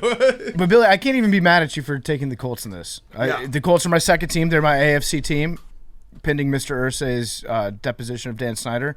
So I don't hate. I don't know who to root for. I mean, in a way, it's like, yeah, obviously I want the Commanders to win. Obviously, I'm rooting for Taylor Heineke. I really like him. I want the team to do well, but I can also reach that point where if the Colts end up beating the Commanders, I can spin myself into being like, this season's all about next year anyways. Yes. But it's going to be It's going to be interesting to watch Ehlinger out there because we don't know what we're going to get. I feel like it's been so long since we've seen him in a game that I have no idea what he's going to look like against an NFL defense. Yeah. He's been working with the starters all week. So Yeah. There we go. see what happens. Okay, Jake, your favorite. Are we betting a hot sauce sub bet, Billy? Yeah. Yeah. Okay, crashing, all right. Nice. crashing and burning. I like it. Doused. Okay. Doused. It's not a moderate dousage. Medium dousage. I mean, yeah, you had it. I doused it. Yeah. It was pretty bad, right? Medium douse. Medium douse. Okay. Jake. I am taking my Miami Dolphins -3.5 at the Detroit Lions. The Dolphins have yet to lose a football game with a healthy quarterback. And the Lions, they are bad. They are bad. Skylar Thompson was healthy. That is With true. a healthy starting is true. quarterback. Yeah. Or a backup quarterback. A first backup quarterback. Yeah. So we had 2 vote of confidences this week from owners. One was Nathaniel Hackett, and then the other was Dan Campbell. So the Lions, I think she's the president, Sheila Hamp, whatever, Martha Ford's daughter, came out, did a press conference. My favorite quote from the whole press conference, she's talking about the rebuild, how painful it is. She said, "Nobody hates losing more than I do, than my family does, but we've got to get through it." I think they like losing. Like they lose a lot. It's impossible for her to say that nobody hates losing more than me. Right. Because if that were true, she would be hanging from a rope somewhere. Right. Like that's to say you hate losing as the owner of the Lions. I'm going to push back on that. I think you almost get off on it. You might be in the wrong line of business. Yeah, right. It's the one job where you just lose all the time. Yeah, it's like if you work for Barstool and you're like, I hate going to football games. Right. It's like, well, it's kind of That's our thing. Wait, yeah, kind of our thing that we I do. hate tits and ass. Yeah. Not me. I love hate 'em. I hate not knowing whose ass that is. Does anybody know what company I can work for? All right. It it was a crazy sentence for her to say, but yeah, she did come out and the impromptu press conference midweek to say we believe in Dan Campbell is always a bad sign. This is I kind of like the Dome Dogs though. I do too. I like the Lions at home. I do too. 3.5. If it was 3, I'd be thinking a little bit differently. But 3.5. I like the Lions in this game. The Dome Dogs are gonna be barking. I also just think it's like, what is this world coming to if Mike McDaniel beats Dan Campbell in football? Yeah, you know, it is. Like it's Revenge of the Nerds. Yeah, it's a major it's battle of the heads. It's Yeah. pot versus meat. Yeah. Which one you got? Yeah. I'm going meathead. I also just like the Lions-Cowboys game last week. We watched that whole game. I know that the final score says 24-6, but the Lions were in that game Until, and they played like, 3 minutes. Yeah, like if Micah Parsons isn't just a total freak and doesn't make that tackle at the goal line, the Lions could have won that game. Yeah. So- Also, they fumbled at the 1 yard Yeah, line. right after Micah Parsons. They did were that. down. They were down 10-6 with 3 minutes left in the game. Yeah. So I think the Lions. I don't know. I'm feeling the Lions this weekend. I like Aiden Hutchinson, but it seems like the Lions don't know how to use him correctly. Yeah. Because I read a stat the other day that said that when he was standing up, when he was in a 2-point, when he was at Michigan, his effectiveness was like, he was twice as effective basically at getting to the quarterback. This year, he's still twice as effective at getting to the quarterback when he's standing up, but they have him in a 3-point stance like 95% of the time. Right. Which is not good for him and not good for his strength. Get him standing up. Get him standing up and just let him pin his ears back. Yeah. That's what you got to do. Go get the quarterback. Tell Aiden, like, pin your ears. We're going to let you pin your ears back this weekend. Heat up the quarterback. Get the quarterback. Dial something up. Yeah, I agree. All right, Hank, your underdog. Da Bears. Yeah? Hottest team in the NFL. You're just doing this to fuck with me.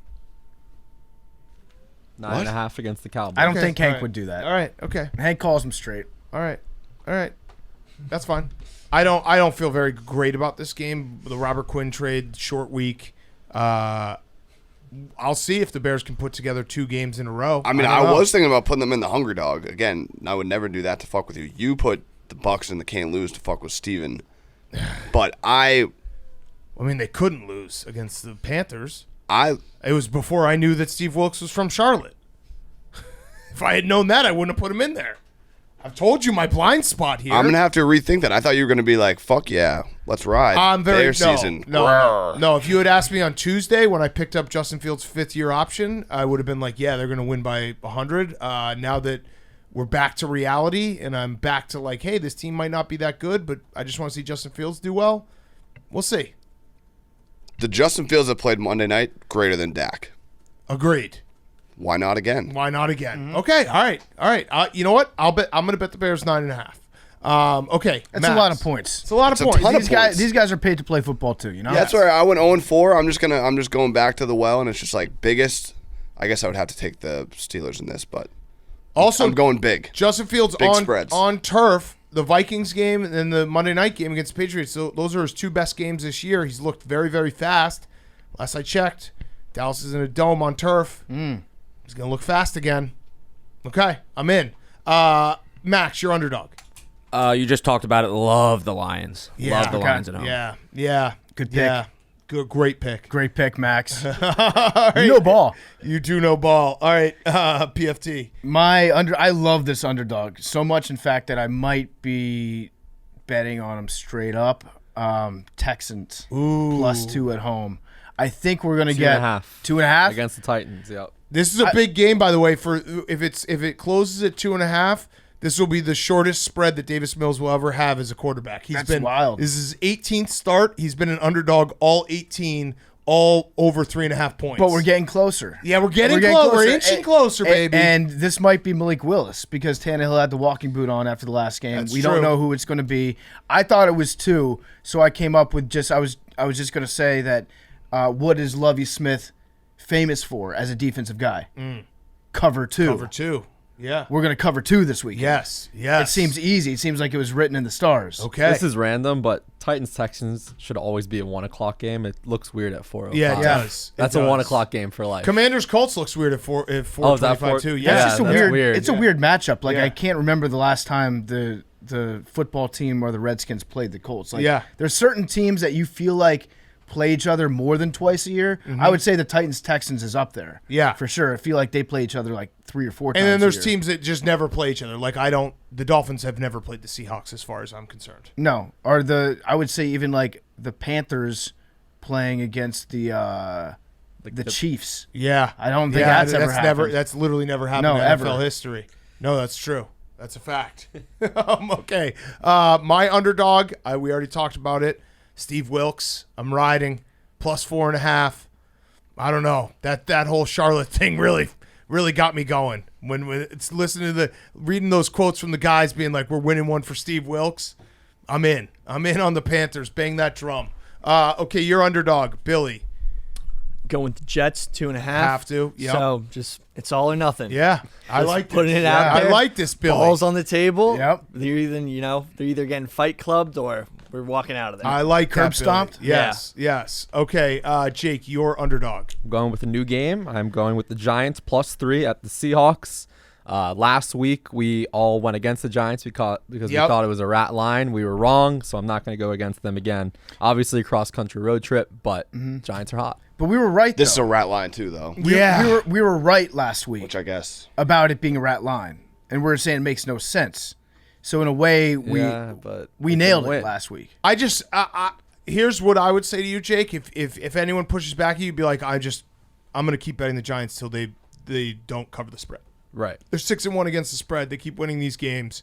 Also, for a little nugget for anyone who's trying to maybe bet this game a different way, Seattle is 6-1 against the spread in the first half. The Giants are 6-1 against the spread in the second half. So Interesting. you can do a little double dip there. I if feel you like wanted to. I feel like Dable is a very good in-game coach, and Pete Carroll I don't think is a very good in-game coach. Yeah. I think Pete Carroll has got a lot of strengths, but in terms of adjustments and being strategic with things like challenges, timeouts, stuff like that, he's not even in my top 10 of coaches I would want. Yeah. Dable's coached 7 games. But he's been good. Let's not get crazy here. Can we be happy for him? I am happy for him. He's been but he's a been recurring really guest. good. I mean, I love him. I love great dude. I'm just saying, like, Pete Carroll's coached 100,000 games. Dable's coached 7, and you're talking about them like Did they're- you see the guy though that they brought onto the active roster, Candace, this week? You know what? I'm sorry. I apologize. I didn't see that. Who was that? Hank, did you see that? Is that the guy Kanye listens to? Yeah. No. Candace? Candace? You didn't see that? Candace Owens. It was a Candy's Nuts. Yeah. I got that. Oh, you got it? Did you? So I That's didn't Brian answer. Dable's favorite. Yeah. I do think that it's fair for us to say that Brian Dable, based on what we've seen, he's been great. Yeah. He has. Now, Pete Carroll Hank, you of all people, you should know Pete Carroll doesn't always make the right decision at the end of games. Right? Can I put that in terms you understand? What are you talking about? Sometime are you playing dumb again?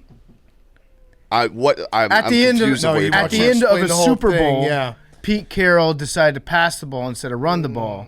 That's my entire point. Like, Pete Carroll's a great coach at a lot of things, but I don't think that he's better than Brian Daboll at in-game adjustments and at like crunch time decision makings and strategy. Yes. I just don't so far. I agree, and I apologize for disputing your take. Okay, Apology so accepted. before we do the overs, PFT, you got another quick ad, and then we'll do our overs and our Mount Rushmore. Yes, before we get into the overs, I want to talk to you guys about Visible. Wireless can be a nightmare. Hidden fees sneaking up on you, annual contracts keeping you trapped, being tormented by a family plan to save. It's okay if you feel like screaming. It's spooky season, and Visible is saving you from scary wireless. Oh, this is good. The switching hour. Yes. That's good. The switching hour. Escape that wireless house of horrors with Visible's one-line plan. With unlimited data for $30 a month, taxes and fees included, and treat yourself with some spooky good special offers. That's great. It's switching hour. You can switch over to Visible's one-line plan. Again, that's unlimited data for $30 a month, taxes and fees included. Right now, switch to Visible before the stroke of midnight on Halloween. That's the switching hour. And get a gift card up to $200 to make your spookiest dreams come true, as well as 31% off select devices. That's a saving that will shock you. Plus, you'll have the chance to win a new top-of-the-line phone and $1,031. See, wireless isn't so scary after all. Switch tonight at visible.com/switching hour. Offer ends at 11:59 p.m. Pacific Time, 10/31/22. Requires port-in from eligible carrier and 3 consecutive service payments. $200 gift card also requires eligible device purchase.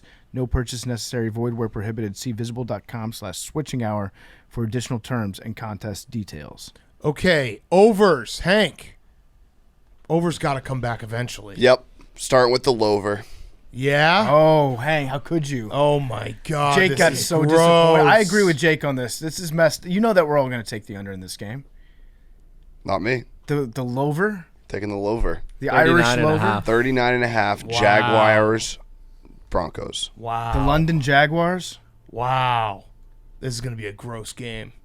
Gross game.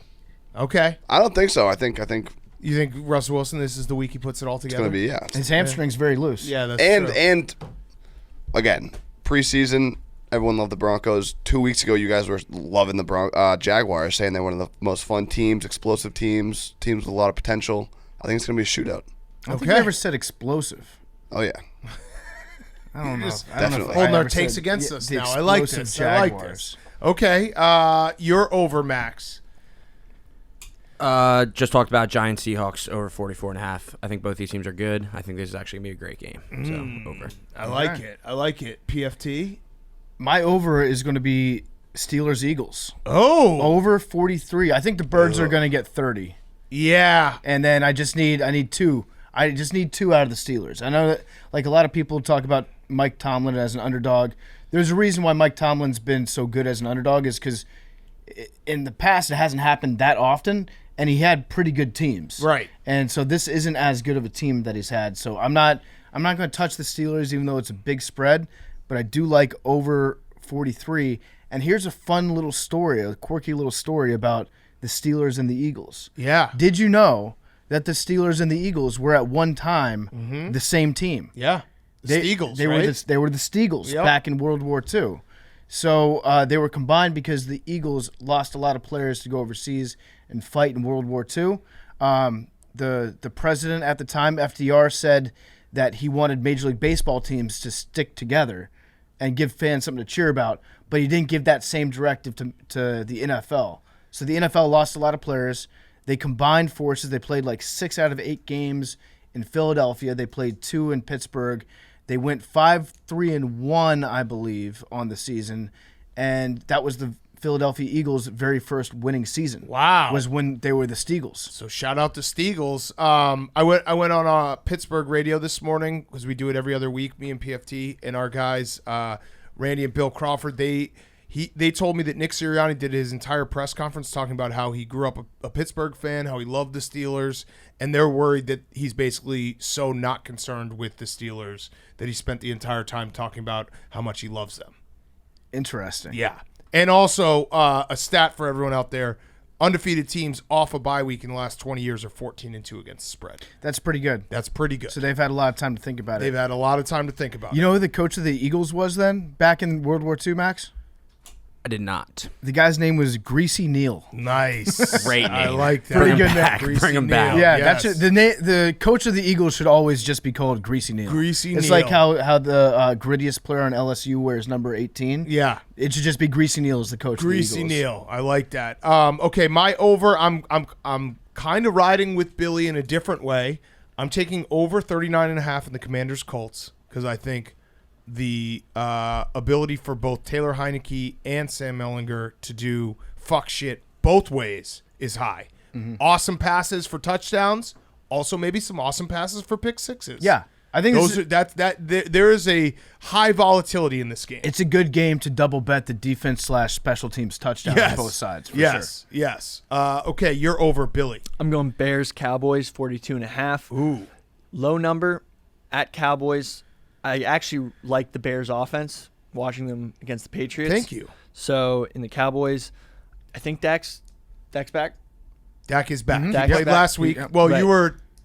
you were watching all the football, so you must have Right. missed it. Right. Dak's back. The whole game he Dak's played. back. But we'll see what happens. sure. Dak didn't look that great last weekend. No, he had a little rust. Yeah. Little rust. So I could forgive Billy for not I think being well, wowed like, by Dak's No, what I mean performance. is like, is Dak fully back? oh, okay, yes. yeah. He You know what played I'm a saying? full game. I know. So No, but you he know, wasn't is the fully rust off? He wasn't fully back That's what I last mean. week. Right. This week, I think I he's think he's fully, gonna be back. Fully back. Yeah, fully back. Yeah. Fully back. Okay.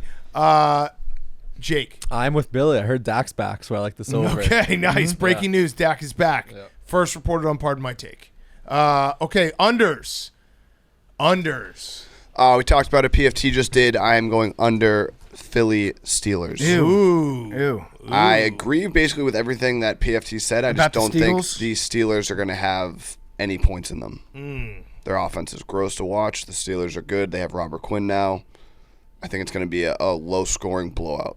Okay. Yeah, but I just give me 2 touchdowns. That's Yeah, a lot. that's all I That's need. asking a I lot. did. Couldn't even get one against Buffalo. I know, just I give me- really needed that. Just give me one. Yeah. Give me one, and then let the Birds get up to like 35 points. 35-7. That feels No, that's still the Nope, under. that's under. But then they go for 2. Shit. 35-8. 35-8. 35-8, and that's a push. 35-8. Just get me. I'm betting on a push this game. Get a push. Okay, Max. I think Dak is not back. Under. Ooh. Okay. How dare you?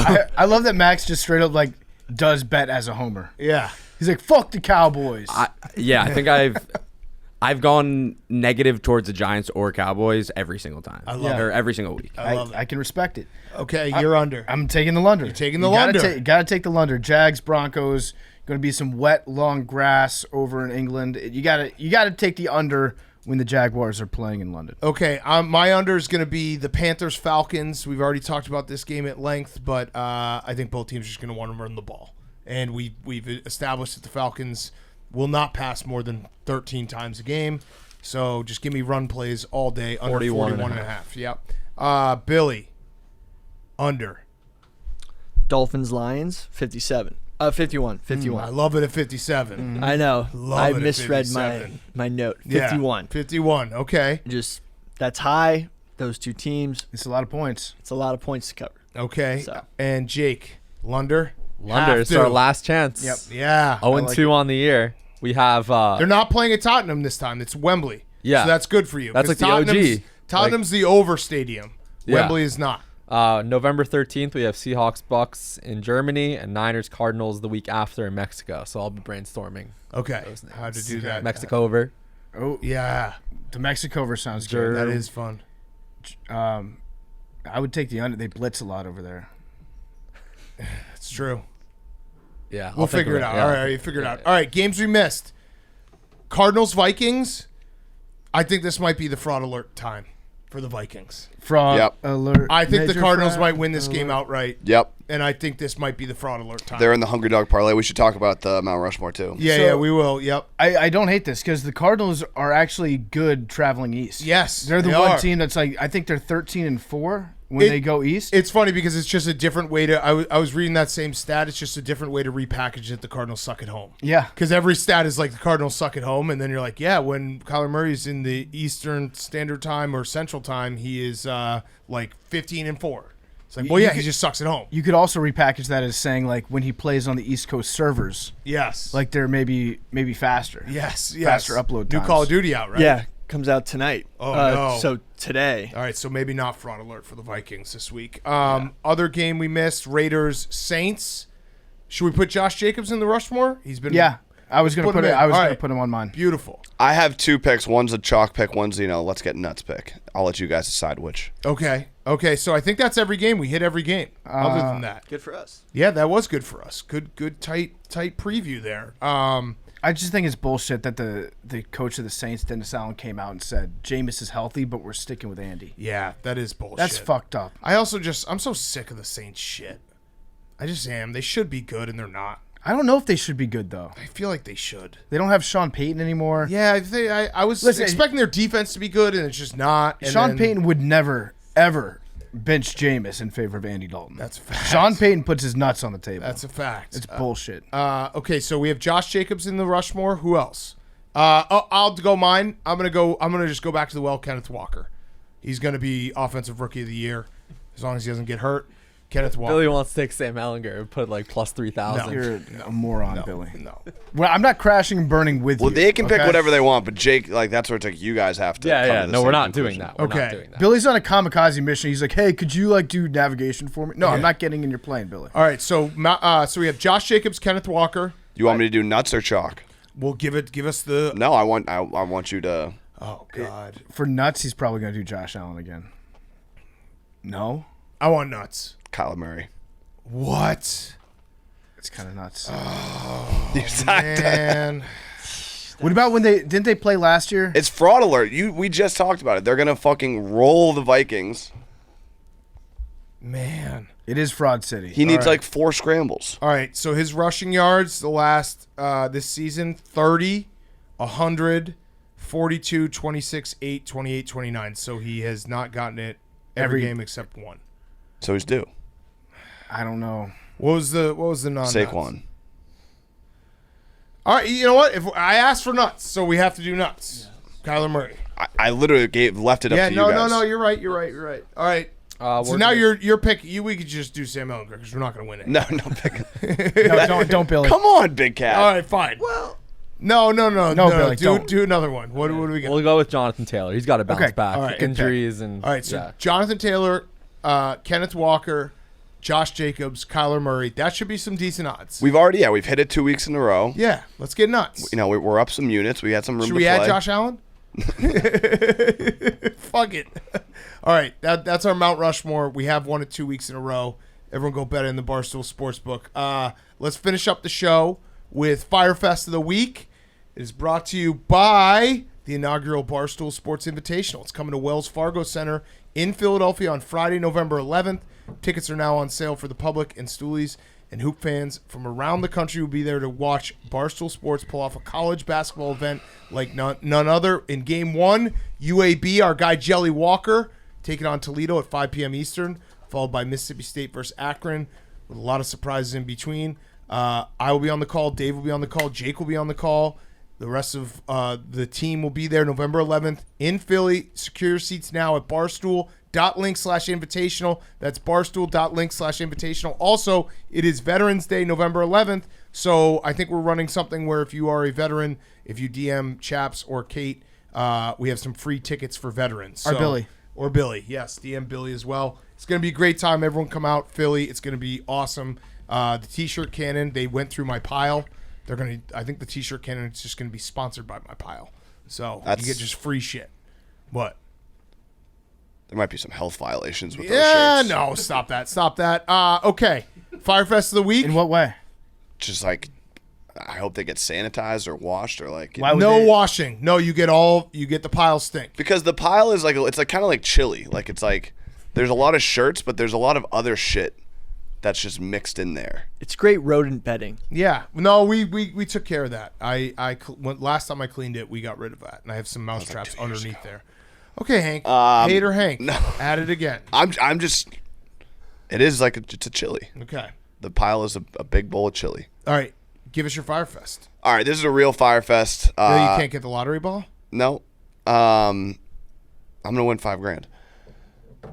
I've had a few weeks where it's like I don't have one. I'm just make something up, a little short story. This one's been rattling me. I've had anxiety and just regrets about it all week. We were at LSU last weekend. Fred's Friday night. I got not just very drunk. I got pretty much legless, Banged up. Woke up on Saturday, like my knees were on the ground, and I was face down or like lying on the chair.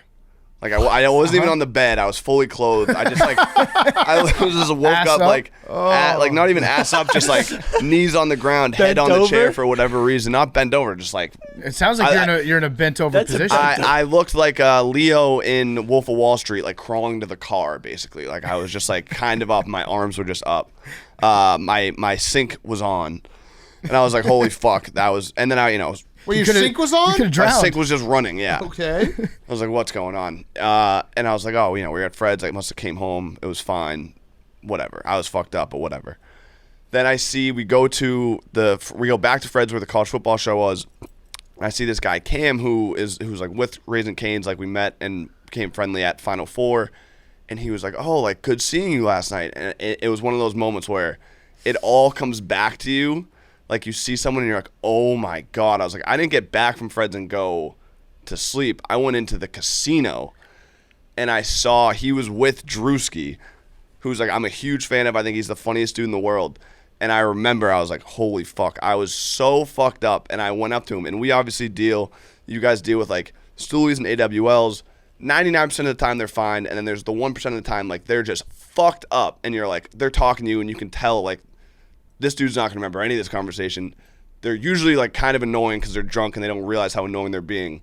And I just had the moment of realization where like I was that guy. Like I went up to Drewski and was just like, "Oh, dude, I fucking love you. Like you're so funny." And just like I don't even really remember what I was saying. I just remember like I was super, super fucked up talking to him, and I probably was making an absolute fool of myself. And so like all week I've just been like, "You're such a fucking idiot."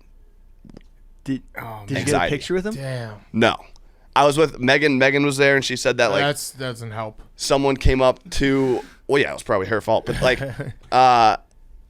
someone came up to Drewski and was like, "Take a picture. Can we take a picture?" And I was like, "Yeah, I'll take it." And then I was like, cross-eyed and like couldn't even take the picture. Like I was like too drunk to take the picture. And Megan was like, I had to like take the phone and like take the picture.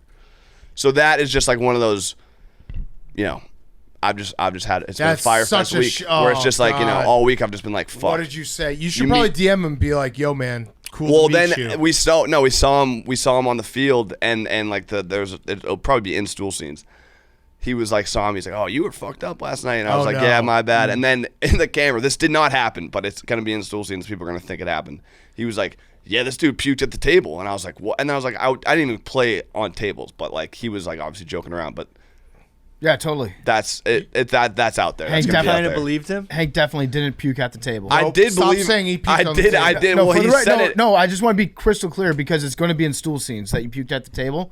You did not. You Puke at did the not. table. Two I did things not. we I found didn't even. out. I didn't even get on the table because I didn't No, have. no, you money. weren't even close to the table. Two things we found out on this show. Dak is back. Hank did not puke on the table. Thank you for clearing that up. I did not For the come on record. my cat. I did not come anywhere near my cat. But yeah, that's just one of those like, it's just It's the worst. drunken regret. The worst. The Ne- worst. never That meet your anxiety, heroes when you're yeah. blackout drunk. Yes. I'm sure there's a lot of AW, like you guys know exactly the type of person when they come up and you're just like, it's not even annoying. You're just like, this dude is not going to remember any of this Right. conversation. Right. So let me just leave. Yeah. And that was me. That's the worst feeling too. Is like the next day you see somebody and the first thing they say to you is, man, you were fucked up Yeah, last night. Because yeah. then you try to replay back everything that happened, but there's all these gaps, and you're like, you think the worst possible thing. The worst was Like seeing puking on the table. Yeah, which he didn't do. He did not Thankfully. do. That dodged a bullet. was seeing Cam, like the guy he was with and I'm friendly with, he was like, oh, like good seeing you last night, man. And then it was like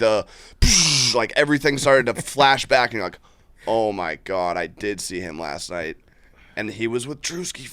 And I was like, you puke oh on the yeah. table. No, I did And I not. went to his place, and he had a tiger. Yeah. Yeah. Puked on the table. Mangled. Did not puke on the table. Didn't puke. Pulled on the my table. tooth Sorry. out. I keep getting confused. You did not. No. Right.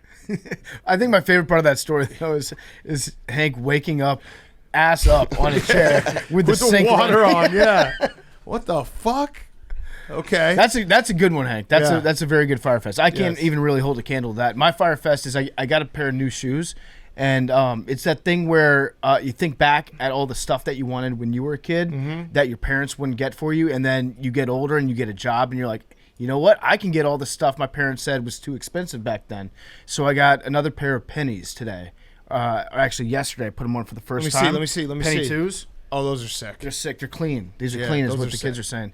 And I wore low cut socks with them, and the back of my heel hurts so bad yeah. that I can only walk for like, I don't know, 30 feet at a time. Then I have to stop. I have to stop walking and then restart my walk after the blisters start to feel better. Yeah. Which But is 6 tough. shoes. 6 shoes. You look good. Totally worth it. All right. It's like when girls wear heels. Sometimes you gotta, suffer for the fit. Yeah. I should start to carry around like just a pair of flip flops in a bag and Yes. then take my shoes off. wedding season. Yeah, once you get drunk, take your shoes off. It's Yeah. like, oh, finally. Oh my God. Yeah, you guys so know what I'm good. talking about. Yeah. All right, I've alluded to this, but my son is now like actually interested in basketball. We play every night in his room.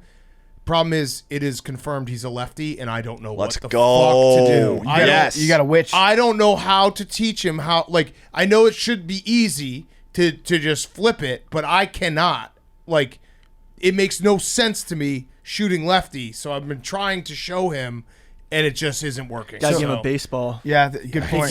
That's Yeah. great. Not even basketball. Call over Uncle Hank. Oh man, I'll you're give gonna him have some to lessons. show him how to shoot lefty because it's just. I'm lefty too. Are you? Yeah, but like I'm not. I Really hate lefties. You guys are Wait, freaks. you're not a lefty in golf, are you? No. No. Oh. Yeah, Ambidextrous. maybe I'll just keep pushing righty so Fluid he is ass hips. ambidextrous. But it's just No, it's a that- it's a brain. Is he all lefty? Like he you get- writes it lefty. He swings the holds bat? spoon lefty. And then when I was trying to teach him how to shoot, he was like, it wasn't computing for him. It wasn't computing for me. And then he did it with his left hand, and it worked. That's exactly what they did to Ben Simmons. That's what his father I did, and know. now he can't shoot. Okay, so all just right. keep him lefty. But he isn't. He is in the NBA. No, Ben Simmons is right-handed, Right. but he shoots left-handed. But they switched it up on him. right. But he's in the NBA. Right, but he can't So shoot. right. But he's in the NBA. So just here's all you do. Like I would be fine with my son if he got to the NBA and couldn't shoot. Here's all you do. Just take Right? take But the is he hoop away. 6'10"? Who knows? right just now gotta- he's like two and a half. You gotta 2.5 feet tall. take the hoop away and let him work on his handles. Yeah. and go the Ben Simmons route on that one. Or I think Billy's right. Like give him a baseball because Yeah. a lefty in baseball, you might have struck a gold mine. Yeah, there. that's true. lefty in baseballs, or you could try to. I don't know like what the laws are around parenting, so forgive me if this is out of bounds. Just tie his hand behind his back. No, that's allowed. and just have him walk allowed. around just Yep. only using his right hand Yep. for like a full week. I'll just put his right hand in a cast. Yeah, just break. Like you broke your hand. no, I just think they break like his did arm. that in the 50s. Yeah. Like you 'cause weren't allowed to be a lefty. Tom Marinovich, right? Didn't A his lot of dad do people. all that shit? Well, no, I think like in general, like if you were a lefty, you would get like stoned to death. Yeah, I remember So they reading, just- You're a witch. I remember reading some book about a pastor breaking his son's left hand so he became a righty. Whoa. I don't remember what the book was Yeah, I'm called. not gonna do any of that. I just Mark of the can't. devil. My Bible. brain is too dumb to figure out how to teach something lefty when I'm not. Just whatever you do, don't let him be a quarterback. Yeah. It just looks too It weird. looks so weird. Again, though, That's exciting. if he's Tua, like, if he looks weird in the NFL, that'd be cool. Creative cat. Yeah. Fuck. Creative kitten. I'm in a. My brain is in a twister trying to figure out how to teach things lefty. Billy. So the basketball team that Hank and I are on is 2-0 now, but we were tied up at the end of regulation. We were supposed to run an ISO play, so I was out of the way, and then it got messed up. I ended up getting the ball with time about to expire. I had a chance to win the game, and I missed. And I've been thinking about it. We ended up winning in overtime, but I had the chance to just like lock How it up. bad was the shot? It was a mid-range jumper. Actually, almost went in. Was it like you were? Was it? I mean, Billy's shooting. Were you hogging it? No, or no, was it someone I open? was- No, it was like he was the third option. Okay. Wasn't expecting to get the ball. So you can't get mad at yourself. I know, but I could have done it. I have been shooting well. We're in a league that has No, to shoot Hank's free. saying no. He has not been shooting well. Well, Whoa. anyway, What? Use your words. This is a Yeah. podcast. no, positive vibes. We're having an amazing season. Yeah, but Hank 2-0. Hank gave you this look like. I think he was going to be like, well, you also played like shit and can't shoot, which is true. But No, but anyway, I don't think you hit a jumper. I haven't either. I haven't either. But once Hank gets I hot, had- he's I- hot. I had 10 I've points said last it night. before. Hank playing basketball, like he will show up and he will literally miss the rim and hit the side of the side of the backboard, and then he'll hit like 10 in a row swish. Anyway, we're transitioning from outdoor courts to indoor courts. The shot hasn't really adapted yet. I just need to show up 15 minutes You need a little early bit more before the wind? games. So it should be To an start easy shooting. transition. Yeah, it's- actually that's- should be that's zero. Because I've very been playing zero on weak transition. rims. That's like All- saying all- a batting donut to not. Wait, like so you're my playing playing on is easy all-time rims. funny No, I was funny playing moment on with these easier. refs. The game ended, or the Billy missed a shot, and the refs go, "All right, that's it. There's no overtime in regulation or in regular season." Everyone's like, "What the fuck?" And then we We convinced slipped the them ref to $20. give us like 2 minutes of overtime. But the refs were like ready to just leave. Yeah. They're like, "All right, game's over, Todd." like- But we had an awesome game. I mean, that was one of our toughest opponents. We played a bunch of firefighters who had like set plays and everything. But now we also have to learn, like, we had first time with refs, so we have to shoot free throws now. So like we have So to you start paid practicing. some refs to make first responders stay longer so you could beat them. Yes, Okay, got it. that's what happened. Okay. But it was fun. That does sound fun. Jake, finish us off. Yeah, so my apartment's elevator broke. Oh, There's no. only one elevator, and we're on the 7th of 8th floors. So That's- for the whole weekend, it Was was anyone a lot of at the stairs. bottom when it happened? Hank, No, I don't think anyone got stuck. Okay. Come on, Hank. But yeah, it was a lot of stairs over the weekend, but it's what all are you, good. What are you working with, an Otis or a Thyssen Krupp? I have no clue. Yeah. Yeah, I'm an know Otis Otis, man. though, yeah. I'm an Otis man. I've got a lot of experience dealing with broken elevators, and in New York, it's really a come to Jesus moment of realization when your elevator breaks down and you get in touch with your building super, and you realize that he just has no motivation to fix it quickly, and he can tell you at any given time, well, tough shit, just take the stairs. And then you're like, well, I guess I'm on a walk up now. Yeah, it was tough. That is tough. I'm sorry. Sorry for your loss. Your calves are going to look good, though. Yeah, we're good. So Hank wants to get his first win with Edelman in the room, but we should do our picks right now. He can just do his later. Do you want to? No, he doesn't get to pick now. I just No. want 17 to hit. No. When he's not. Yeah. All right. So what's everyone else's? I'm doing 87. 69. Wait, are you picking now? He's going 87. Yeah, I'm going to go Yeah, 17. we're not doing this too. We're not doing this. If we're all picking, You should let the guest pick tonight regardless. Okay. Yeah, I'll let the guest pick tonight. so regardless. we'll get 2. Yeah, we'll get 2. All right, 87. You know what? Fine. I'll let you have 2 shots at it today. Thanks. All right. 17. 18. 32. Hank, you said 89? 87. 87, I okay. will- Watch PMTV for the history of the lottery ball. 20. What's yours, Jake? 18.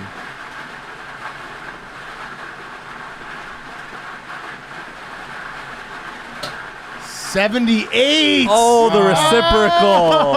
Oh, Hank. That's tough. 78. If you You're read it so backwards, close. if you read it in Hebrew, he got it. Yeah, a good there you go, point. Hank. That's got to count for something. You had 2 shots and you didn't get it. We haven't even taped Edelman yet, but I guarantee you won't get that one either. Oh, man. And the painting behind Hank fell Oh, off it's a the new wall. number. Oh, New it's 4 number! guys. Oh! Wow, the lottery ball machine is going to, in its quest, how many numbers we have left? 6, 26, 27, 29. That's it. So 4. 4 numbers to beat Hank. It's man versus machine. It's like John Henry. Oh, man, 78. You were so close. You were so close.